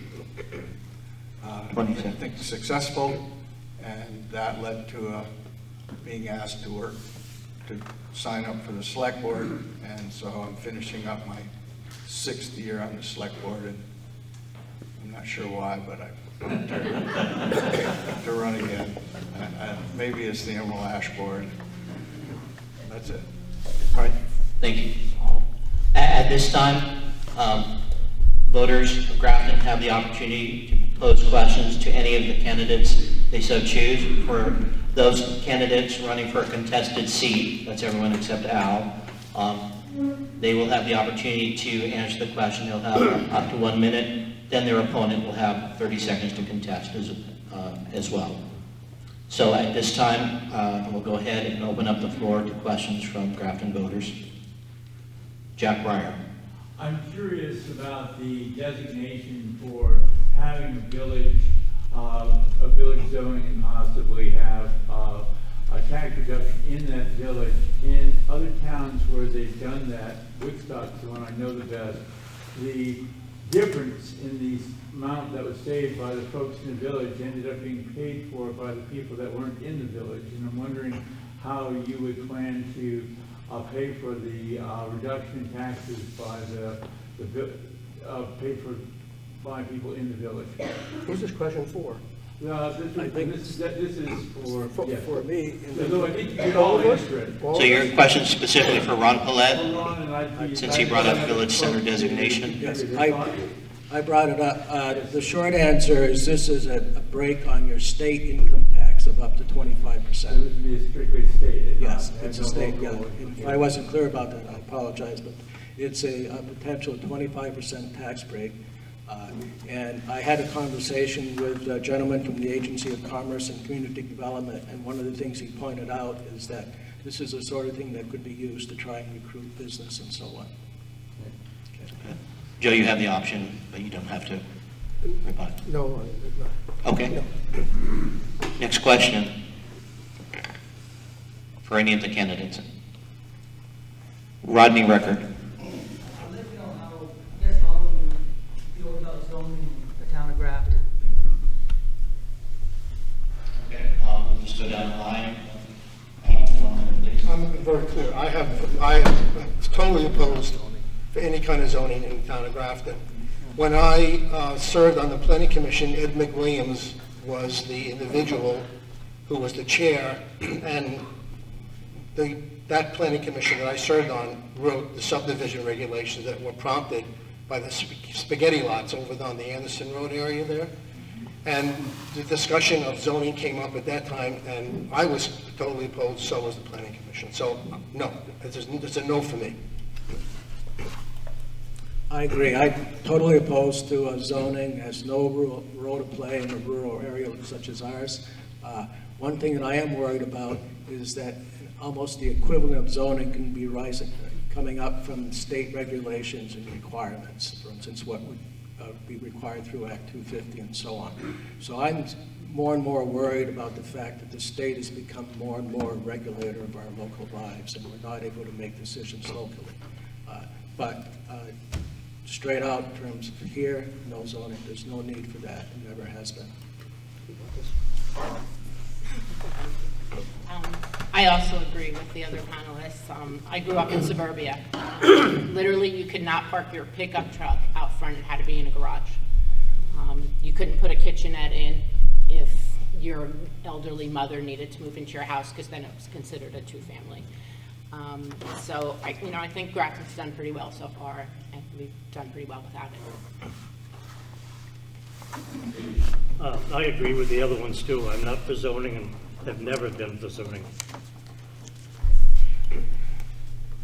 I would say Grafton's done pretty well for over 200 years without it, and zoning, like any regulation, depends on who writes the regulations and who enforces the regulations. The concept or theory behind it is often good, but the application is poor. So I'm not, somebody'd have to twist my arm pretty hard. Thank you. Other question for any of the candidates or the entire Kate Muller? I'll ask a question in regard to the last question. If, say, someone moved next door to you and decided to put a shooting range, how would you handle that? Is this for anyone in specific or for everyone? Can we hear the question, please? Yeah, if someone moved in next door to you and decided to put a shooting range in. The question is, what would you, How would you handle that? how would you handle it if someone moved next door and opened up a shooting range? Extreme, you know. Very difficult. I don't understand the law, what the state law is. I would have to do the research offhandedly. I certainly wouldn't like it, but I don't know what a neighbor could do about it, quite frankly.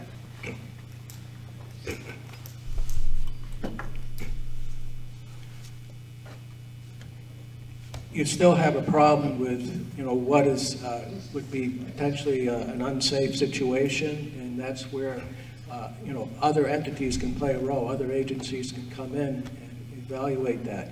I don't see the advantage of trying to anticipate that type of problem by having particular types of zoning.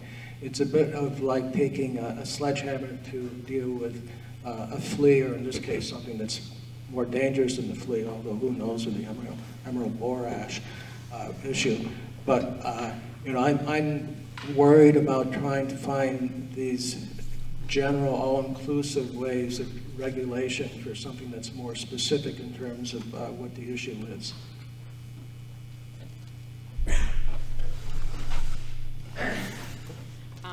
Yeah, I guess I'd have to look into that. I think you probably should come to the select board if that was a problem that you were having, and then select board members could look into state regulations and different things to maybe try to help you out, because it does sound like a safety issue, not a zoning issue. Yeah, I think you're going to get involved, other agencies, when you get something like that. So if it's something minor, I think you're going to have more problems with those than you are something like a gun range. So.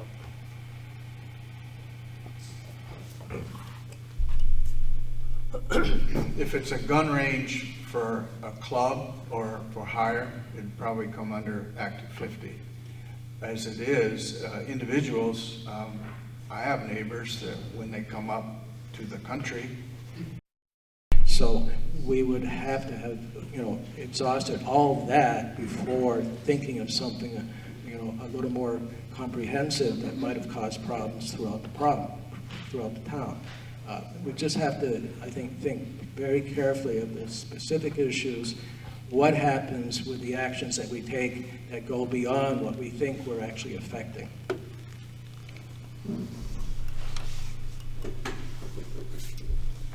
I guess I'd have to go to the community and see how they felt about that situation of the Dollar General being in Graton. Some people might be for it, and there may be reasons for that. I do know that in our town plan it talks about the historic, value of the village and keeping that intact. So, placement, what things look like, there's a lot that probably could go into that. I know that Chester fought for a long time to try to make their Dollar General look like it was born. Should it happen? You will go to the village. I think, the community would have Or to. the entire community. The entire community, I think, would have to decide whether that's something they wanted in their town, and then how we would deal with it at that point. I don't know of any place you can put it as a village in Grafton. So it would have to be on the outskirts, and I don't think Dollar General would want to have one on the outskirts of Grafton. So there's no land whatsoever anywhere within the village. So Well, the foundation has some land for sale. here or there. But not right within the village. Well, 35, the hill there, that's. I don't know. Well, it's hypothetical, it might not be a Dollar General, it could be anything. Well, first I would say, in general, I wouldn't be, in general, sorry. I wouldn't be too concerned, kind of following up on John's comment. I think our land is already broken up into classifications because of topography, because of watershed, because of agriculture. Prime ag land, they wouldn't be allowed to develop there. And just the way things are already settled, I think would help us in a case where people didn't want Dollar General. But because we do not have zoning, that means Act 250 has a stronger role to play in our town. And when you get to the Act 250 hearing, then the Planning Commission and the Select Board are automatically participants in the process. So I think that's a case where Act 250 would allow us to participate. So I'm not too worried about a Dollar General. Kim Worker. This question is mainly for Ron. It's kind of like a statement also. But in all fairness, in the Graton News, you stated in your letter to the editor that there was an increase in the selectmen's budget by 11%. Did you in fact take into consideration that within that 11% of an increase, that we also approved by the town to pay for mutual aid of $15,000, which we never had before? That's an increase of 100% just on that line item. There was also the county tax. We do not have a say on what our county tax actually tax us for, per capita. That also was an increase of 13. That was an 18.47 increase from one year to the next. Then another large increase was in the salaries, which you also stated was the hiring of our town administrator, which that was also a 24.39% increase from one year to the other. Which you also were on the board at the time of that increase and seconded the motion to approve that increase.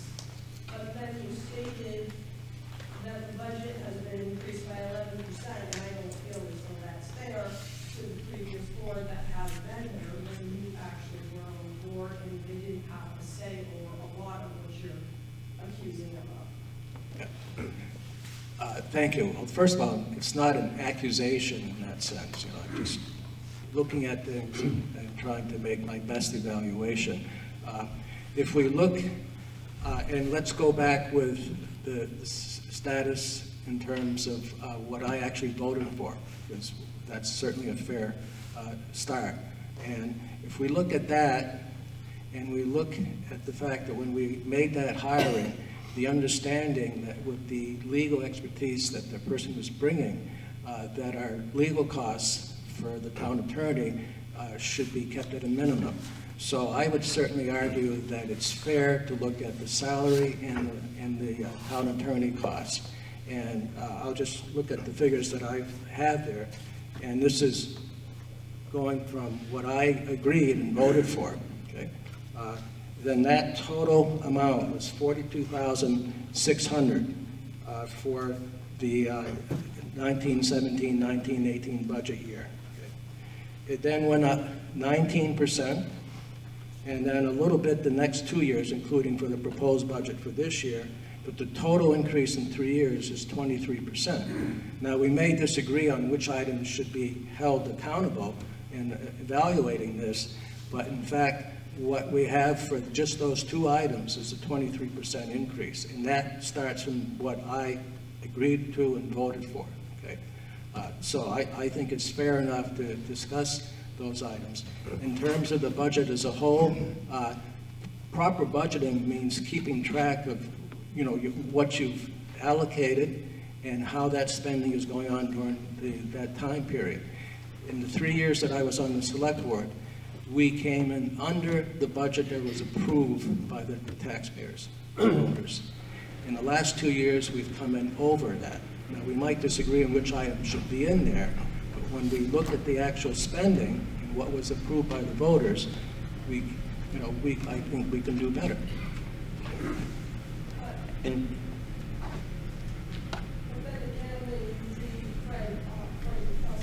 I'm sorry, When you reviewed part of the Fuss's audit, or were at his last meeting, we actually underspent.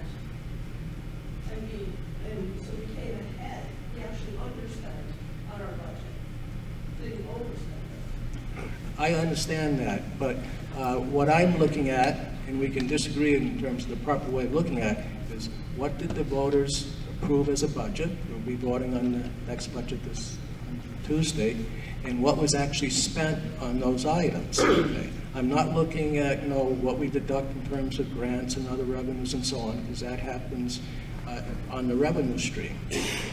And if you look at that, you'll see, as far as I'm concerned, and the way I'm looking at it, that in fact we came in, not a lot, but we came in a little over budget.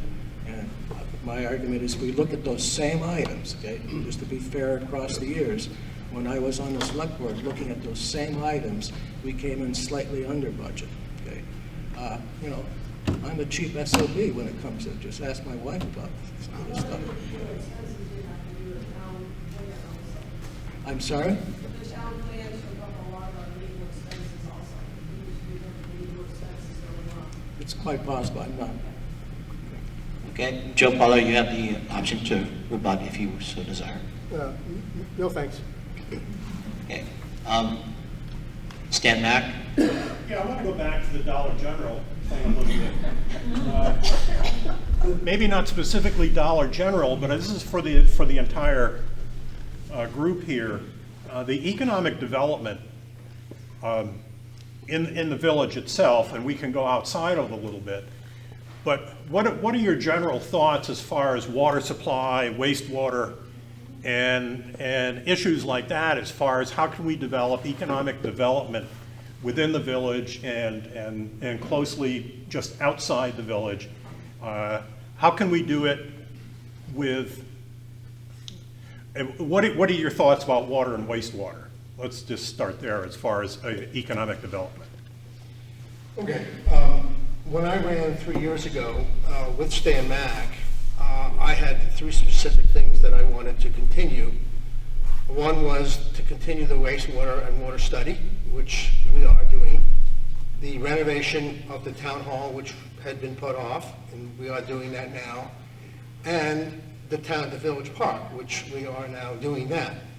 The village, and Ron kind of touched on it, but the small towns of 1,000 and less people are suffering very, very badly. They're closing up. The stores are closing up. The post office are closing up. The gas stations are closing up. And basically, they're becoming ghost towns. And Graton is very lucky. We have the Wyndham Foundation. We've had a very good select board. We have a very picturesque town, but it's not going to stay that way. And we have buildings in town that are unusable. We have the old fire station, can't be used. We have the old post office, can't be used. There's a need for senior housing. I'm working with a few people in town to try to do that, and with the foundation. And it's a problem because you can't put 5 or 6 of these housing units in with no septic. So to answer your question, Stan, somehow we have to encourage business, but we need to develop a platform where they can survive. The little store that we have, they're limited on the amount of tables. They're limited. They can't rent the upstairs.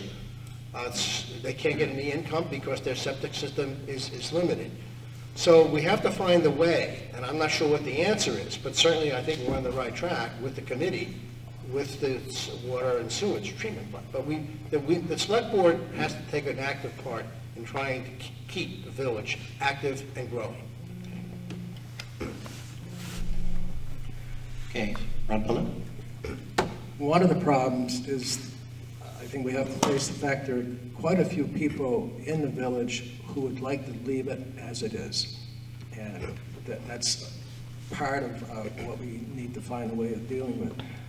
For myself, I certainly worry about what will be safe in terms of public health, and so that has to be acknowledged. And to the extent that we need to get into a comprehensive wastewater system and that elements that are part of that, we would have to. What we actually need to do with respect to that in terms of growing business in the village, I'm not so sure. I would like to have more information about what it might actually accomplish.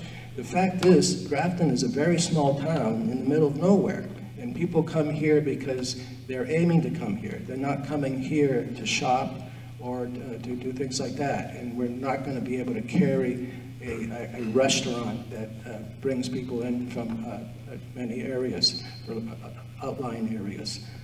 So we may be relatively limited in what we can do in terms of growing business in the village. I would certainly support any effort to do that, including looking at what we can do in terms of handling our water issue. I'm a little more worried about the businesses that are outside of the village, the trucking businesses and so on, that are well located, given that we have 4 or 5 towns of several thousand people, all within about 15 miles of Grafton. They're well located to grow their businesses, and they hire and employ more people than the businesses in the village. So I think, and the last thing I would say is we have to be very careful about going ahead with this in terms of funding, because while the whole town would benefit from building up the village and providing what the village center designation would make possible, certainly I would say it's not fair to expect them to pay a significant portion of the cost. They would benefit, and we have to find a formula that would account for that, but we have to be very careful about how we go about dealing with this with our taxpayers. Carol or John, if you sort of choose. I guess the first thing I'd like to say is that when I came here 10 years ago, we barely had a store. I mean, I don't think you could buy a loaf of bread in the store. The tavern didn't really exist. It was sort of a tavern. Now it serves food, and it really does accommodate a lot of our community. I mean, with their burger and brew night and all the different things that they run there. So I think a lot of really great things are going on, and a lot of people, the MKT is just, doing really well, and they're creative, and they're constantly thinking and changing and asking, what does the community want and how do we survive? And I think we need to encourage, those types of businesses. I did speak to Matt extensively, because I know he's on the committee, about, the wastewater. The good news was, the tests right now are coming back okay with the water. But I agree. I think it would be a catastrophe if there were failures out there, especially with the inn. And we don't want that. So I think it's something the town does have to look into, and the financing. The village designation could possibly give some grants to help with that. But, I think you're on the right path with the committee and looking into this, because in the future, it's coming, and we're going to have to deal with it. I think, a septic issue would be the thing to deal with if we make sure that we have some sort of system there, a sewer system of some sort, then, the water probably, the quality would not be an issue.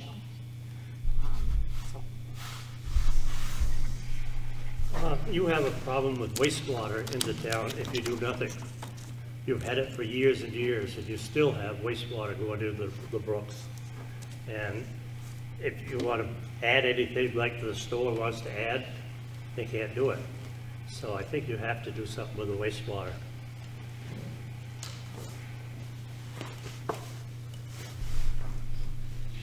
I think the issue of water supply and septic is always going to be more of an issue whether you're in Grafton or any place in Vermont or in the country. I can remember the World's Fair, whatever year that was, as a kid going there, and they talked about water was going to be a big issue in the future. and it's proving to be true throughout the country. To me, you're on the right path, keep going with the committee. But I tell you the one thing that really bothers me, and I hate to almost bring this up, but I have to. We had an opportunity for $10 million in town that could have been used any way we wanted. Whether we should have done it or not, I'm just disappointed that we were not allowed to have a conversation that discussed, it could have been a water treatment, it could have been a water supply. But I think having a good all-round conversation in the future is going to be important, and I don't think that happened. Jack Bryan. I appreciate all the discussion about business development and environmental protection. But there's an elephant in the room, and it's called Matrix Chemical. This is a situation considering on the Cambridgeport side of the river, but it's in our town boundaries. It's a serious chemical hazard. It's a Superfund site, and this has been going on under the radar for years, and I'm wondering both what you all think we should have done about it and what we need to do now, because there are, in addition to the mess there, several rather promising businesses that are effectively being held hostage because they're in that facility, can't get out, and a couple of them are actually potential major employers at some point in the future. Well, the select board was informed about this, I don't know, it was a couple of months ago, I guess, Bill, it was. And we held an emergency meeting, and we got a hold of Rick Thompson. We sent letters, the select board approved to send letters to the various agencies of the state. And quite frankly, including the governor, we were ignored. They didn't even respond to our problem. And we pursued. We finally got some attention. As far as I know, the site is, if it's not cleaned up, it's being cleaned up. They had clean harbors there for 3 days, moving chemicals out. Our business cannot run, so there's no chemicals being made there now. Right, there are other people in that building. Yeah, but that's okay, and the state is still, OSHA, the state or whatever, is still monitoring this thing. And eventually, she's going to have to clean up the mess, if there is any residue or mess. So I don't think I think the problem has been addressed. It's not a hazard site anymore, as far as I know. I mean, Rick Thompson would have to speak to it, or Bill, because they're closer. But the select board was very, very quick to act, and we took care of it, as far as I'm concerned.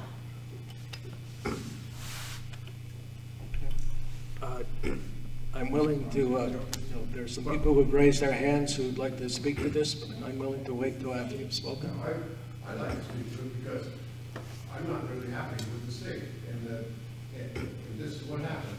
It's like get too off the forum. 18 months ago. 18 months ago.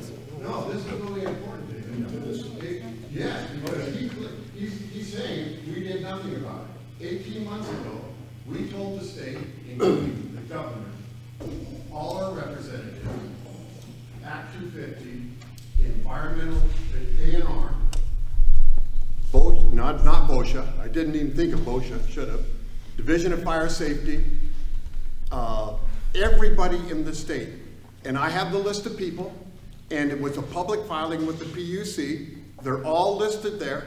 In there, and if you go on the PUC site, you can find it because it's in our filing. None of them answered us.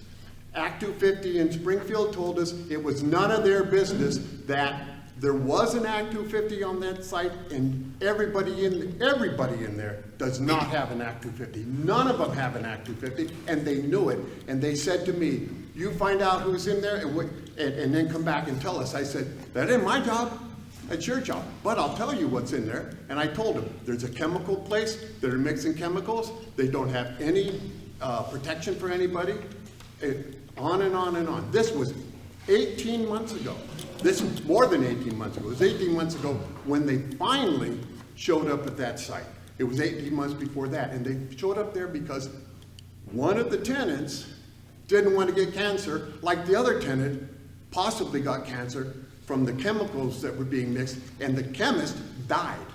And this guy got a little upset because the wife, who isn't a chemist, was still mixing chemicals with a crew that has no specific training. Yeah, it was a real big problem, Jack. It was a huge problem. But the state would do nothing. As a matter of fact, and I'll say this openly right here, one of the people, and I won't identify which agency, told me that they are not allowed to enforce this stuff. They go to court and they get no help from the courts. They can fine the people all they want and nothing ever happens. So I asked the governor, would you please intervene with your agencies? And I asked the senators and the legislators, would you please intervene with your agencies, talk to them, find out why they cannot enforce any of your environmental laws. And no one has done anything that I know. Did they go to the agencies?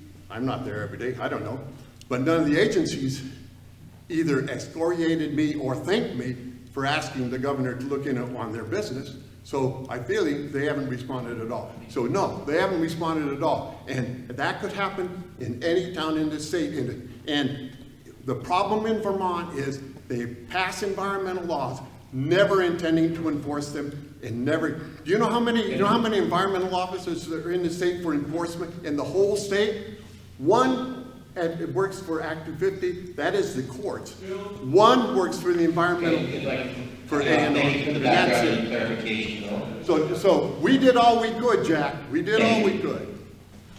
Pick it up with the forum. I just want to make clear, I'm not questioning our administrators' vigilance on this.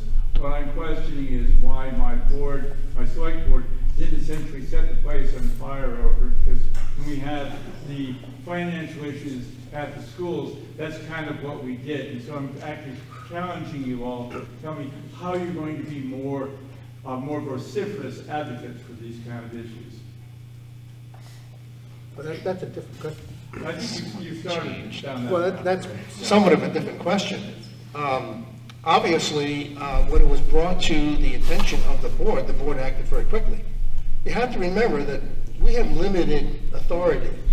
I mean, and we, at one point at the special meeting, we had a discussion, and Rick Thompson said, well, I'll shut the building down. Well, it's very easy to shut the building down, but you have two active businesses. So if you were to shut them down, would that be a liability? Would they sue the town?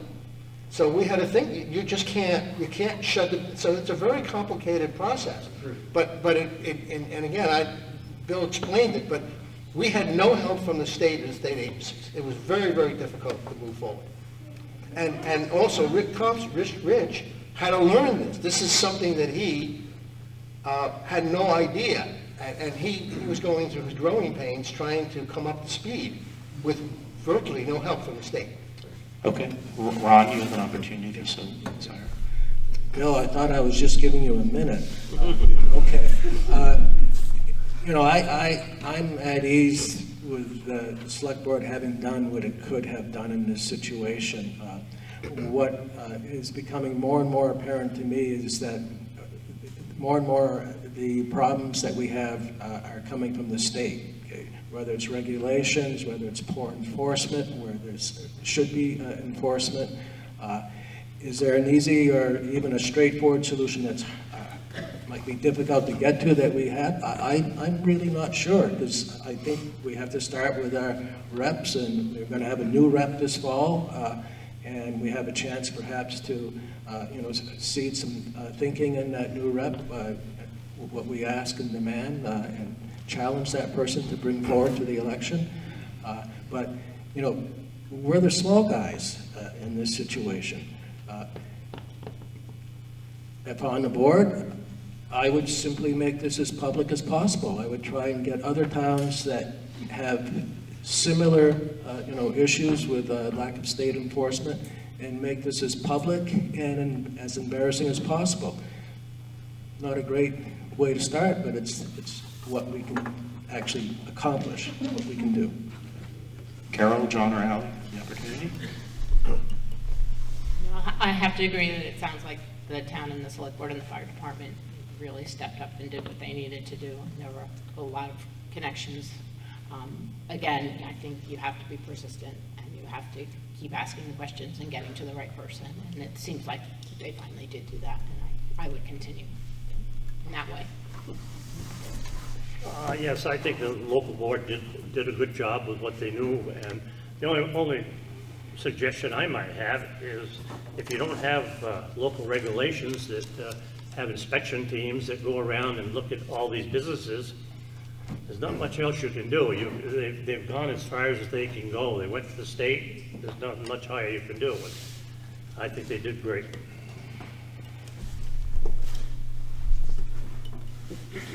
I would just like to back up a little bit and say two things. One, from my experience in national situations, responses, and Stan knows this to be true, and so does Dave.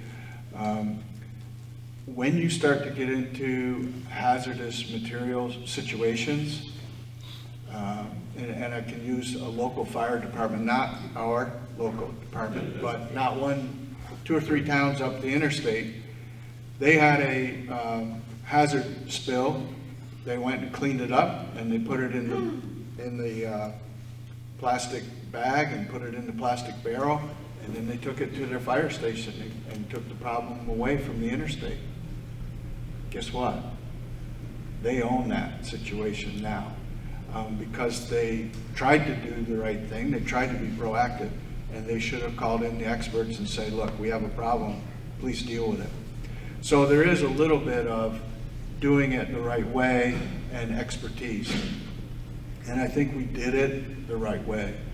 But also in defense of town administrator, if you remember when Rex James was trying to develop that project for solar, Bill's idea was that we utilize and sort of hold Rex sort of a captive to get accomplished what we wanted. And the fact that there was a project proposed there that was going to have to go through PUC, and to make sure that everything on that site was in compliance before the PUC authorized permit.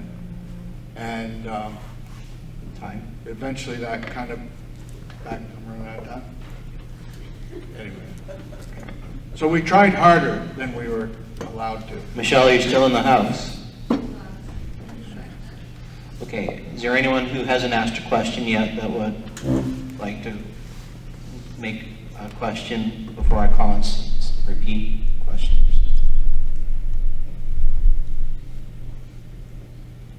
Okay, go ahead. Do you Stan, Rodney, Kate, in that order? I mean, Sam.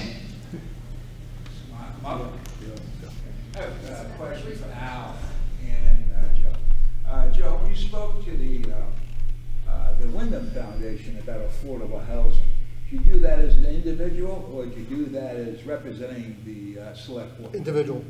An individual. Yeah. Okay. Let me finish. I started this before I left for Florida with a committee, and we got a little bit. We started this thing, and there was a lot of resentment, and so I left, and it had fallen down. In a conversation that I had with the Wyndham Foundation, they told me that they were thinking of moving out of their headquarters and resettling in town because they don't need a big building when they only have 3 or 4 people living there, working there anymore. So I talked to Liz, and I said, would you be interested in maybe doing something if we could turn this into a senior housing area, because it has to be in town.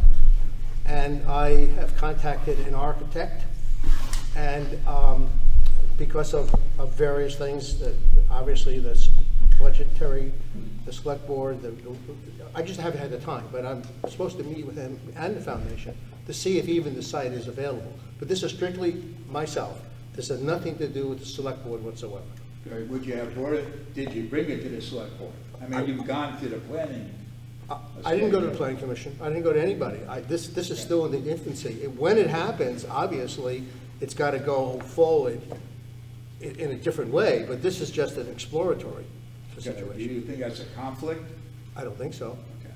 My second question to you is, when you left for Florida and you came, what was the time between you left and came back to Graton? About 15 years. Do you think things, your expertise or your experience 15 years ago is still relevant in 2020? Some.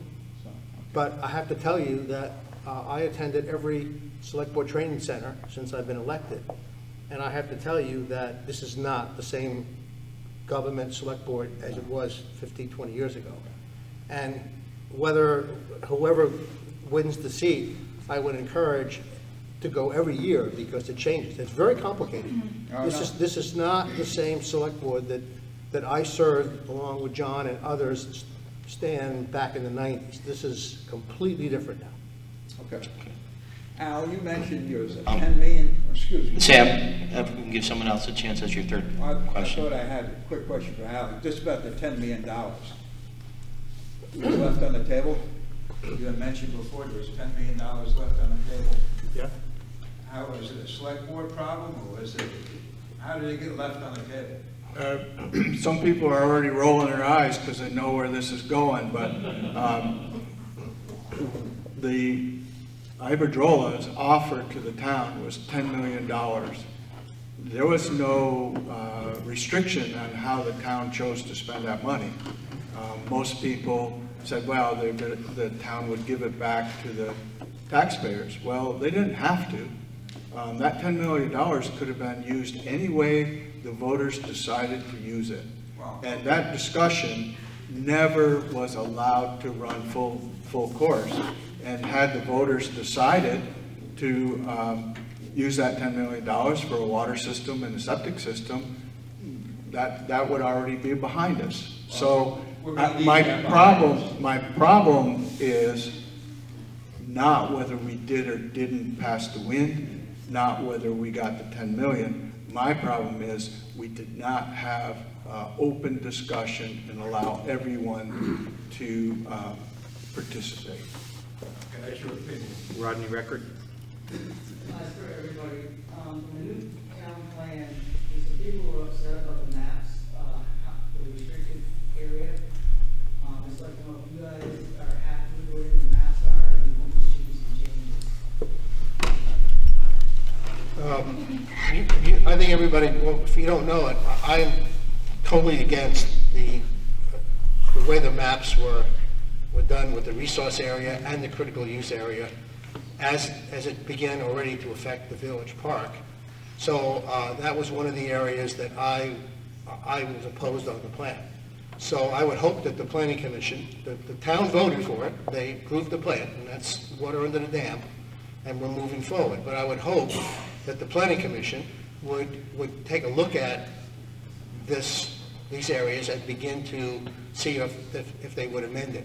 I think it's very critical that those two areas be addressed. Yeah, I'm not a fan of that map. I'm not a big fan of generalized land use maps, across the board. One of the problems is that you draw lines and you have definitions, and those lines are, somewhat arbitrary. I actually have a prior career as a planner, and when we were working, and I worked in urban areas and also did some private work in rural areas.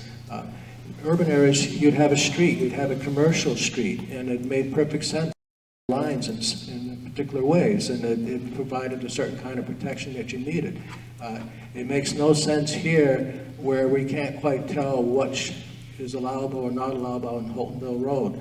Another issue that I have is that the critical resource area is a subpart of the regional, the Wyndham Regional Commission's categories. And there was no particular need to bring that in as far as I can see. Now, This needs to be hassled out. We've got a chance to do that. There's a commitment from the Planning Commission to work through this over the course of the year, and I would certainly hope that they would look at that land use map very carefully. As it is, I'm not at ease with it. Carol. The land use map, a lot of the resource area is also the same as it's in the regional plan. So a lot of that resource area, if you look at their map in the regional plan, is where our municipal map came from. And a lot of that is designated by the state. There's a lot of regulations, Act 171, that they went through. So, some of that is an understanding of where that came from.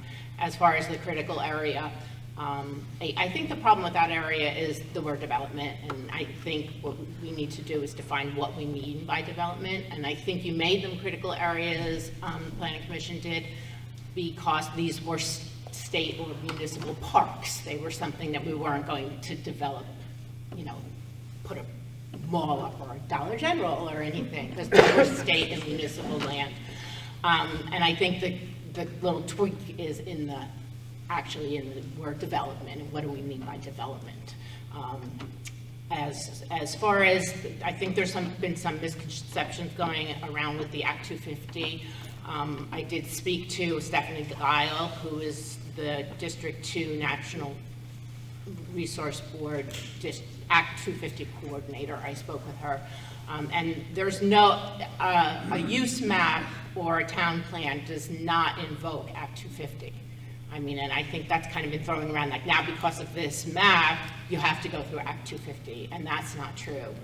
The laws are very specific as to what kind of development has to go through Act 250.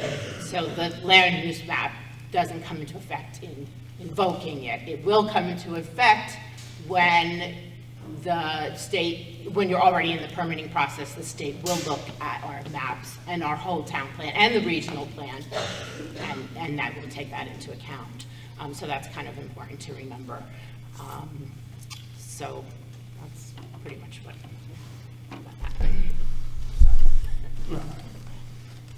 that. I think the maps, they need some work done on them, and I hope the Planning Commission would take some time and go over them, because there's a couple of people in town that bought some substantial land in town to build a house or whatever, and they can't do it. And I see people shaking heads. They can't do it without going through a lot of regulations and permits and stuff like that. And I would hope that they would spend some time and change the maps. There's 4, if I count right, there's 4 Planning Commission members here tonight, and they heard a rather passionate plea from Suzanne and I at the last Planning Commission meeting. Could we keep it down? Thank you. And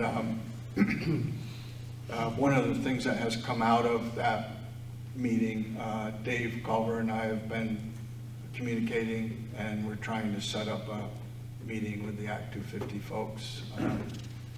We've heard lots of different things, and we would like to have a discussion and find out the real answer. So it's a work in progress. Okay. Kate Mora. Thank you. I have concerns about the conflict of interest policy. Can you speak up? Conflict of interest policies with a couple members on board. And the policy is governed by Vermont statute. And this policy is ours.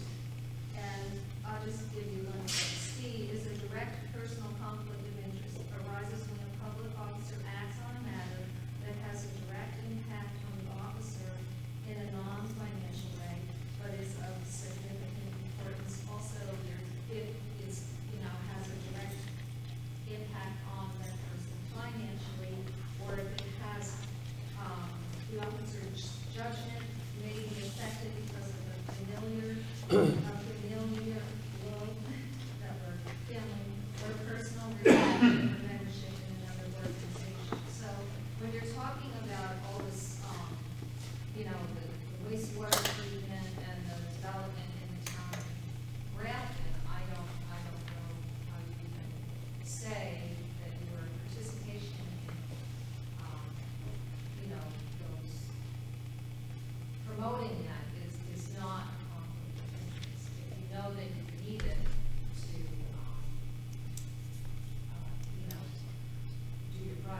And who is this directed to? What is the question? What is the question? Okay, if you want to get into it, Joe, I remember when we ran 3 years ago, there was a lot of talk at the pre-town meeting about the wastewater system. And after the meeting, you approached me and told me that you had plans to build a retirement / whatever center. I didn't have any plans. Well, you were thinking about it, it was in, you know, you were hoping to do that, and that you would never be able to do it without a wastewater system. So I'm just concerned that the board is as ethical as they can when it comes to things like that, and if a member needs to recuse themselves for those particular issues, then they should. I think you should follow the policies and the statute. Okay, Joe, do you want to respond to that? Yeah, I don't really understand the question, but I will tell you, I don't have any qualms that I've done anything with that have violates the ethical of what I'm doing. Stan and I worked on this thing back in 2001. There was a study done. The study was done again in 2009, and all I said was, let's try to get the study back so we could see if there's a possibility. I mentioned to you about was always my idea to try to have a senior center. I know 4 or 5 people. Julie Edwards is one. There was a couple of others that did not want to leave Grafton, but they had no choice because they had no place to stay. And so I worked on that, and I came back. I still have an idea. I haven't done anything. I can't make any rules. I'm just one select person. There's no conflict. I'm an individual, and you can't, I could be separated from what I do as a selectman and what I do as an individual. And all I'm trying to do is to put together a committee to see even if it's possible. Look, if the store can't expand and can't use the upper because of a septic issue, I don't know how you're going to build 5 units in a concentrated area. Maybe there's a way, I don't know. But it certainly would make it a lot easier if you had some kind of a septic system, whether it be a city-wide, town-wide, or an individual, whatever. But I don't see how I violated any ethical of what I'm doing. Sorry. Alex, do you wish to respond? Yeah, as far as that conflict of interest policy, it would be one thing if Joe was contacting the foundation and using his weight or his position on the select board to negotiate and then develop a retirement or old folks home that was the Joe Polio old folks home. If he's going there to try and negotiate something that is going to be a town facility, then he doesn't gain any more from that than anybody else in town. And if you read all of the conflict of interest, that's one of the criterias. Are you personally gaining more so than someone else? And if you're doing it on behalf of the town, that's not a personal gain, unless it's your business. Okay, I agree with you now, so I'm gonna take it back, because it was my understanding, Joe, that 3 years ago, that was your personal goal. No, it was not. It was not my personal goal. It was a wish that I would like to see happen. I'm sorry. Okay. I apologize. Anyone else from the board wish to respond from the panel? You don't have to. Are there any other questions? We're going on 2.5 hours or over that now. I don't know how much more longer people want to go, but this is your opportunity. If there is anyone who hasn't asked a question yet who would still like to ask a question, you may do so. Yes, Mary Ann. I'd like to ask one last question. All of you, there's clearly a lot of tension in town. You will be voting or faced with dealing with things that the town has elected. Sometimes you agree with, sometimes you won't agree with. In fact, we've had I wish we had done this conversation today. So I'd just like to know how each one of you specifically thinks that you can help to bring this town back together. What was the question? Basically, Selectmen could work to bring the town back together. Is that the question? Okay. I think I have. In my 3 years, I think I have done that I think the town is a lot better than it was 3 years ago. The whole wind issue divided the town. That's gone now. I think we've made great progress. We're actually starting the village park after 20 years since I was on prior. We tried to do that with the museum. It didn't work. We're doing the restoration of the town hall. We've cleaned up the ordinances, the whatever, in the town with Bill's help as the administrator and the board. I personally have worked very well with all the board members. I think we all work. We have very little disagreement. We all can't be for. There's always got to be some disagreement. And I think not only me, but I think the whole board, the present board and the boards prior to, have done a tremendous thing to bring town back to where it used to be. I think there's a lot of homework to do. I think there's more things we have to face. We have the school coming up. We have other things that are going to affect the town. But I think that's been done, and not only by me, but by the whole board. Ron Follett.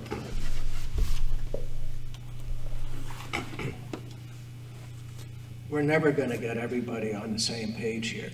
And in fact, if we did, I'd start to worry about exactly where this town was located, somewhere on Long Island or something. So what needs to be done, and I agree with Joe, you just address the issues. You have to address them fairly, openly. We need to have a bigger attendance at various meetings. People don't go to meetings and then they complain about not knowing why something was done. So part of it is holding the voters more responsible. I think that's just a necessary part of this. And then accepting that we're going to be making choices, and some people won't feel that their thoughts and wishes were met. And moving on, more directly. As much as may have been accomplished by the board in the last 3 years, a year was lost when we had a unanimous, consensual agreement on a draft town plan, and we lost a year.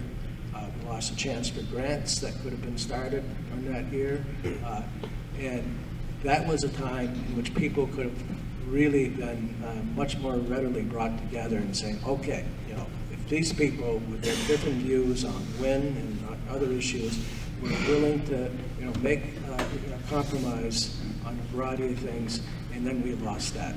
And we lost 8 months where we didn't know why we lost that. It took 8 months to find out. And so that should never have happened, and it certainly should not happen going forward. So we can all do better in terms of just being upfront about why things are being decided in the way they are. Kara. I think it's a lot about listening, and not just listening, but actually respecting and trying to understand other people's feelings and ideas, and getting people to talk about them, and getting people to feel comfortable talking. I mean, Charlie and I are always at select board meetings. We're always at planning commission meetings. There's not a lot of people there. So it would be great to encourage people to come out, and I think there could be more time spent, especially at select board meetings, where people are able to present their ideas. There were many times during the town plan issue that people were just shut down and not allowed to speak.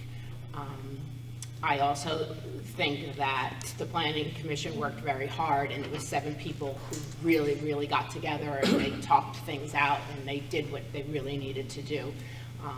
And then their ideas were kind of shut down. It wasn't really transparent. We didn't know who made changes. So I think we need a lot of transparency. I think we need a lot of honesty, and I think we need a lot of listening. And also providing accurate information, not starting any rumors, waiting, get accurate information, and go forward with that. But it's really about respecting other people's ideas. John Gregory.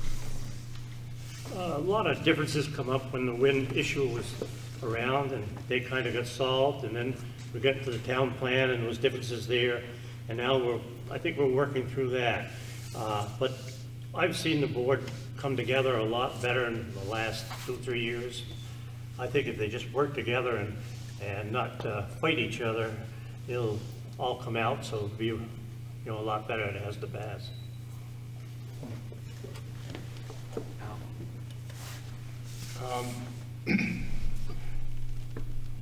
I've attended a lot of meetings in town. Attended a lot of meetings when I worked for the state, and oftentimes was asked my opinion. Some people really wanted to hear my opinion. Some people only wanted to hear my opinion if it agreed with them. But part of the process is having a discussion, and I think when there's 5 people on a board, we should not all agree. We should pro and con, we should hash it out, and when we're done, that is the board's decision. It may not be my decision, it may not be Joe's decision, but that's what the board decided, and we have to respect that. And so sometimes I find in the course of having the discussion, people are upset that we are not already at the answer, and they forget the discussion is part of the process. Okay, and we will close this forum. I'll give each of the candidates 30 seconds for a closing statement if you so desire. Beginning with Joe. Sam left, but he's right. No, it's right there. Oh, okay. It is a different it is different being a select board than it was back in the 90s, no question about it. But I've served for 3 years, so I have the experience, and I've done a lot of learning, and I'm still learning. So if I'm returned for another 3 years, I have an advantage over my opponent because I've already been there and I know how it works.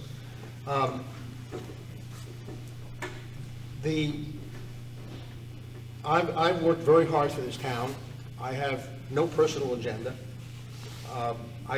I firmly believe that the whole board has come together, and we have made a lot of strides going forward, and we will continue to go forward with more strides.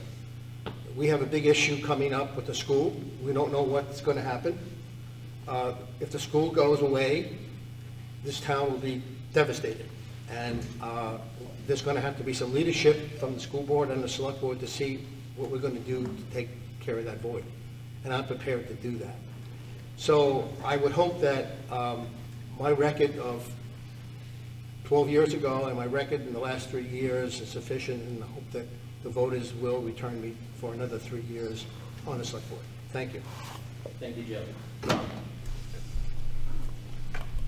I agree with Joe that the school issue is a crucial one for how this town, in a sense, has a sense of itself and what it really stands for. No, I didn't have 12 years on the select board, but I was on the select board during 3 very, very difficult years with changing members and changing orientation towards, the crucial wind issue, however we felt about it. I was the chair during the most difficult year possible with respect to that, and the one thing I certainly will claim is I made sure, to the extent possible, that things were handled as calmly as possible, even though at times wasn't completely successful. And more importantly, I made sure, and it did happen, that all voices were heard. That's part of what we've been talking about tonight, is to the extent that we need to bring more people and more voices into this discussion. And I'll just say one more time, our real problem comes from the state. Okay, there are a variety of issues that are coming down. There are a variety of issues that are being developed at the state level. They'll have a great effect on us.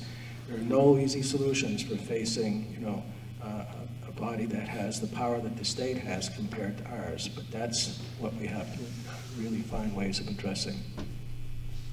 Thank you, Carol. Well, I don't have any experience on the select board. I'm sorry. Everyone else does. But I'm a quick learner, and I'm willing to work at it, and I'm willing to learn, what I need to learn. I would be eager to serve the community, and I've been here for 10 years, and I feel a connection to this place that I've never felt before. The first time I came here, I came looking for a second home, and I got back to work in teacher's room talk, and they said, oh, did you like the house? Did you like the house? And I said, oh, the house was okay. I said, but there's something about this place. I just feel like I'm meant to be there. And here I am. And fate has it, here I am. And I'm willing to serve the community, and I'm willing to work at it. Thank you. John Gregory, closing. I have 20 years' experience on the select board, but that was, well, years ago, at least 12, 15 years ago. A lot of things have changed. The basic things are the same, but the things that have changed, I'm willing to go to the seminars that the state puts on to get up to speed so that I can, do the things that have to be done to make this town great. I like to do the job as a selectman. I have worked hard when I was in office before. I also worked hard on the 3 floods that I was involved in and made the town of Grafton so that it didn't cost them any money at all. In the end, they were reimbursed for everything. And so I would appreciate your vote, because I think that with my experience, I have a lot to offer. Thank you.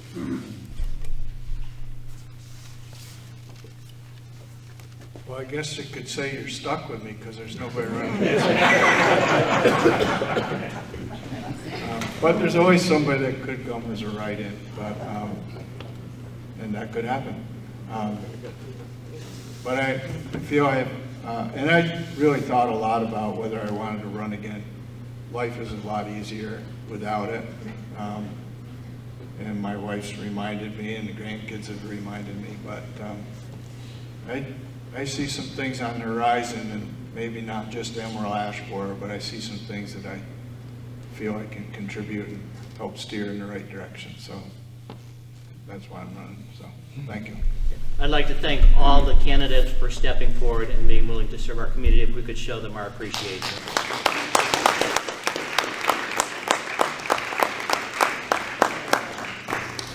With that, I'll entertain a motion to adjourn. Second. In favor? We are adjourned. Thank you.